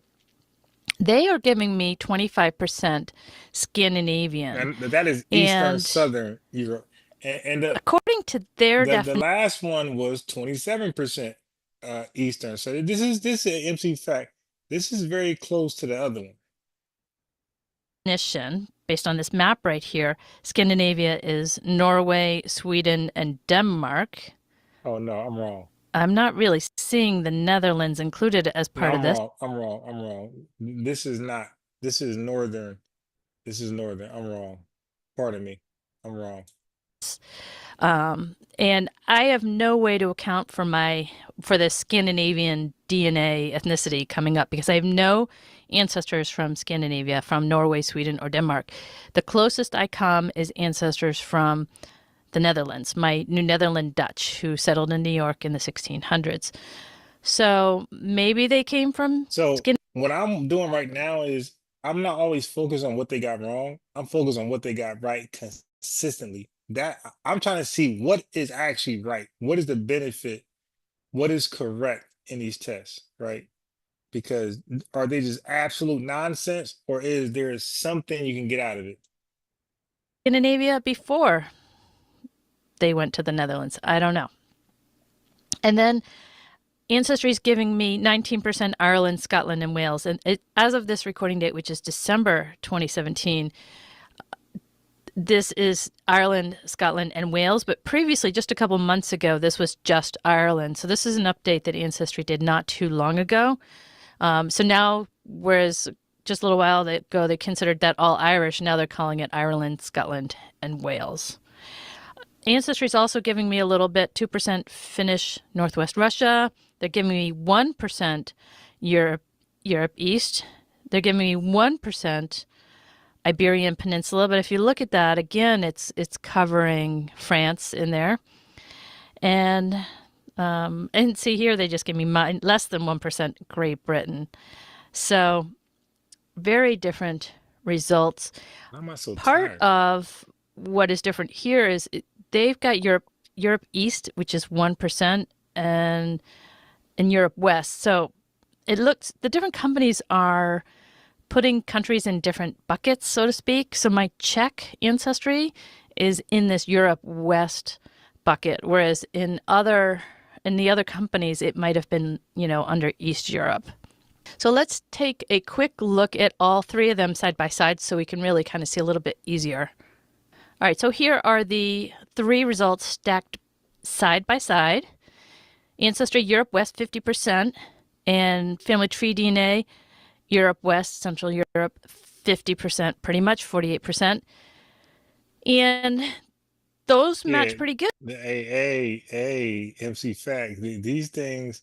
So when people say they were, they look real consistent, man. So you can't go with the hype all the time. But it's very different from what they have here at MyHeritage. And again, I think it's mostly because of the way they break it down, because I think MyHeritage is putting my Czech ancestry here in this Eastern European category. Of course. Rather than this, what they're considering North and West Europe. The big question really for me, again, is this whole Scandinavian ethnicity, which, I don't really know for sure where this comes from, but Ancestry says I've got 25%, Family Tree DNA 9%, That's a big and difference.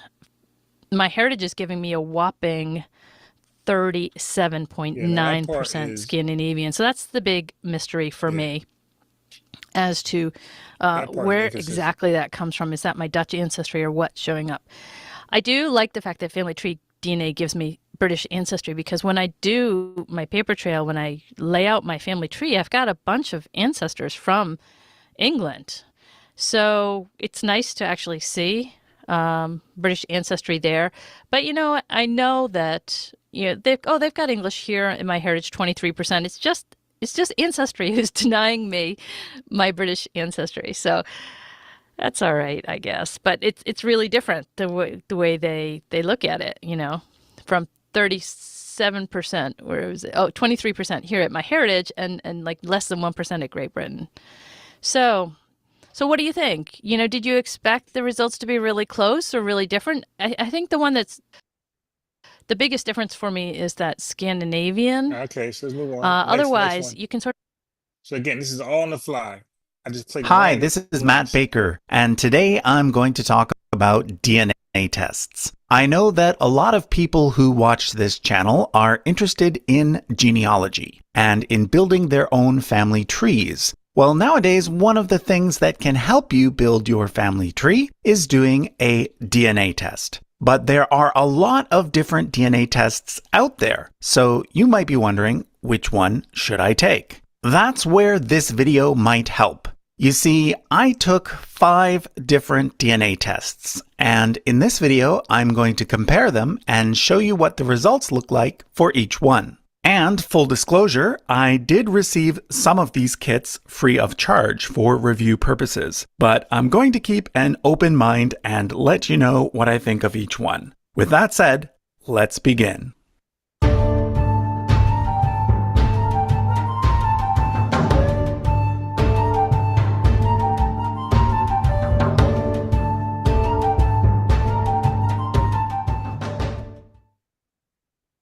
The 5 kits I'm going to review are Circle DNA, Family Tree DNA, Ancestry.com, 23andMe, and MyHeritage. And I'm going to talk about them in order of price, from the most expensive to the least expensive. So up first is Circle DNA. Their basic service costs $189. Note that I'll be using US dollars throughout. Their premium service costs $629. So yeah, that's pretty expensive. But keep in mind that you get what you pay for. Circle DNA is primarily focused on health-related information, and in that regard, it definitely gives you the most detailed health information of any DNA kit that I've tried. In fact, they market themselves as the world's most comprehensive DNA test. Also, keep in mind that all of these companies tend to offer discounts around holidays, such as Mother's Day, Christmas, etc. So you can usually get 30 to 40% off if you time things right. In fact, Circle DNA has offered a special deal for everyone watching this video. If you use the link in the description along with the discount code MATTB33, you will instantly get 33% off any of their tests. Now, when it comes to DNA tests, there are generally 2 methods of collection. Some kits give you a swab that you simply rub against the inside of your cheek and then place in a vial of liquid, whereas other kits require you to spit a bunch of times into a vial, which generally takes a little longer and is a little bit more difficult. In both cases, the most important thing is to not eat or drink or even brush your teeth for at least 30 minutes before you take the test. So for each test, I'll let you know which method they use. In the case of Circle DNA, they use the swab method. The process for any of these tests is pretty much the same after that. The first thing you have to do is register the sample using the number on the vial. The instructions will be sent with the kit. This is extremely important because if you skip this step, the company won't know which sample is yours. You then place the vial into a special bag that they provide. Note that these usually include a special piece of paper that you must not remove. This is because that paper somehow helps to keep the sample fresh. And then you place the bag in the box. Again, they usually provide that and mail it back to the company. Next and finally comes the most difficult part of all, the waiting. No matter which company you use, you will have to wait several weeks, usually around a month, for them to receive your sample, analyze it, and send you an email with a link to the results. Okay, let's now take a look at the results that CircleDNA sent me. I took the premium version, so there's a lot to go through. First of all, the really serious stuff. CircleDNA checked my health risk for 36 hereditary cancers, as well as 79 other conditions. This is just a partial report. Fortunately, I was not at an elevated risk for any of the cancers. However, I did learn that I am at a higher risk for developing type 2 diabetes. Now, I already knew that diabetes runs in my family, so this wasn't really much of a surprise. However, it reminded me that I should probably cut back on the sweets.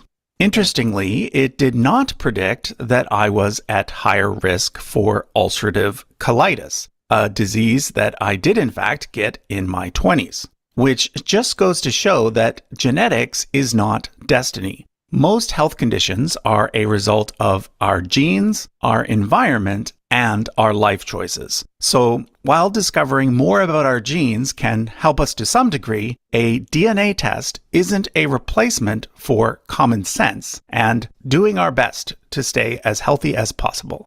CircleDNA also tested to see whether or not I was a carrier for 163, mostly rare, hereditary conditions. These are often single genes that may end up causing disease in oneself or one's children.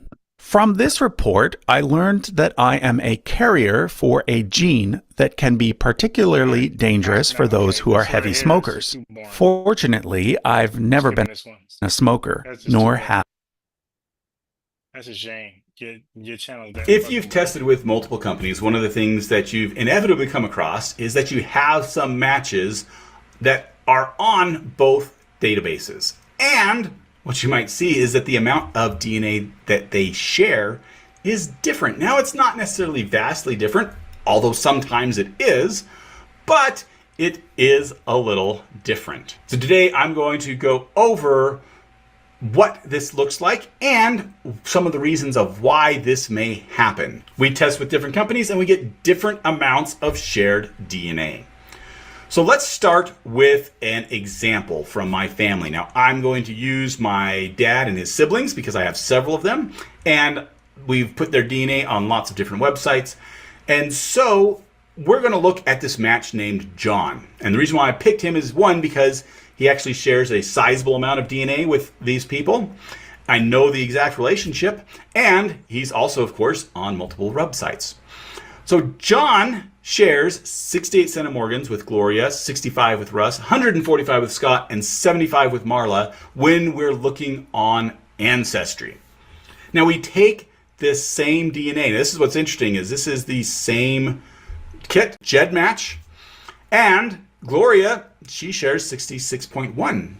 Russ shares 84.5. Scott shares 126.9, and Marla shares 66.1. Those numbers are different. If we take a look at the percentages, we can see that those percentages are actually a little bit all over. The high is a 30% difference, and Rush has more on GEDmatch than what Ancestry has. The low is Gloria. She only has about a 2.8% difference between Ancestry and GEDmatch. But then Scott and Marla have more than a 10% difference as far as the amount of shared DNA. Now, if we were looking at small matches, let's say 10 centimorgans or 20 centimorgans, then you could easily have some matches that may show up on Ancestry that when you go over to GEDmatch, they don't show up at all. It's 0. Or it might be doubled. Instead of 10 centimorgans, it's 20 centimorgans or 25 centimorgans. So when you get to smaller matches, these percentages differences can be quite different. Let's look at another example. This is Randy, and this is going to MyHeritage instead of Ancestry. Gloria has 50, Russ has 77, Scott has 137, Marla has 118, and Marianne has 127. But when we look on GEDmatch, We see Gloria has 34. Russ has 0. Remember, I just said that with small matches, we might go down to 0, but this is one that's at 0 at 77. Now, Scott has 133, Marla's 125, and Marianne is 120. So we look at the percentages, and of course, the high is 100% difference with my dad because he goes from 77 to 0. But even Gloria has a 30% difference in the amount of shared DNA between these two websites, while the other 3 are within 10% of what you would be expecting. I'm going to look at something even different, which is Ivy, and this is Randy's daughter. And so there's something that we want to be looking out for here. First off, on MyHeritage, Gloria shares 18, Russ is 52, Scott's 51, Marla's 43, Marianne is 52. But when we go to GEDmatch, Gloria goes to 0, Russ is at 72, which is curious because Russ was at 0 with Randy. So there must be something error-wise going on here, because Randy gave his DNA to his daughter, so it's impossible for Russ to match Ivy and not match Randy. Now you may say, well, what about through Ivy's mother? Well, it could be through Ivy's mother, except that we've checked that and they are not related as far distant as we can grow out 7 or 8 generations, to the fact that if Ivy was sharing 72 centimorgans with Russ and Russ was sharing 0 with Randy, is just impossible. Particularly when we look at Russ's siblings that all share DNA with Randy and Ivy. So Scott shares 56, Marla 49, and Marianne 59. And we look at these percentages, and again, we have a few of these that are centered right around 10% difference, but there's one of these outliers that's 36% and another one that is 100%. It goes from 18 to 0 in this case. All right, so why is this happening? Why can't all these companies get the right answer all the time? And that's why you came to this video. Reason number 1, there's always going to be multiple reasons. Each one of these companies is using a different SNP set. Even GEDmatch, which is not testing, they are only looking at a specific set of SNPs. And depending on what test you're using to upload to GEDmatch, you may have more or less SNPs in your overall set because of what they're looking at. Now, since we're looking at different SNP sets, where we say a match starts and ends is going to be different for each company, because that SNP may be closer to the actual recombination point or further away from that actual recombination point. Likewise, some of the SNPs that might actually be different might be missing, in which case you might have a place where there's a bigger segment, but really should have been broken up into 2 segments because of some SNPs that are missing in that point. So that's reason number 1. Now, reason number 2, each one of these companies uses a different algorithm in order to calculate where these matches are, how many SNPs they need, and where the different parts of this is. So with matching other people, the algorithm is usually pretty simple, but it is still a reason. Remember, we saw that one case where my dad didn't match anything on GEDmatch with Randy, but he matched on MyHeritage. But then when we go to his daughter, my dad matches his daughter. So there's something missing there, and that probably has to do with the algorithm of how it's calculating what that match is. Reason number 3, and this is what really feeds into the algorithm, is what criteria are we using? With GEDmatch, you can actually see and you can change the criteria when you're looking at matching. So for instance, how many SNPs do we have to make it a match? Is it 200? Does it have to be 500 to call it a match? What is the minimum centimorgans to be able to make that a match? How many SNPs have to be in between a no match and the next no match to call that whole thing a no match? So there's several different criteria that have to go into that algorithm to then tell where these matches are. So that is why all of these companies Even with the same people, even with the same test, if you just took the ancestry test and uploaded it to everybody and looked, you'd still see differences in the amount of shared centimorgan matches. Which leads us really then to the ultimate lesson we should learn from this. And two things. First off, test everyone. You can see here the fact that I had multiple siblings that are from the same family. I can find some of these matches, even though I might share 0 centimorgans with one of those people, the other people did show up. So test everyone you can.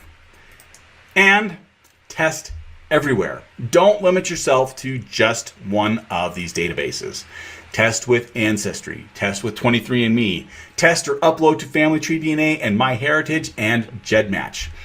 All of these databases, like I pointed out, they use different SNP sets, they use different algorithms, they have different criteria, and because of that, you're going to have different levels of matches with every single one of them. So if you haven't tested, then this Christmas season is actually a great time because there's going to be sales going on.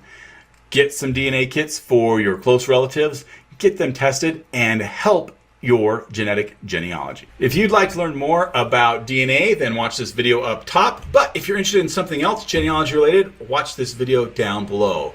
Be sure to subscribe, hit that like button, and join FHF Extra for only $2.99 a month, where we provide even more videos and monthly webinars for you.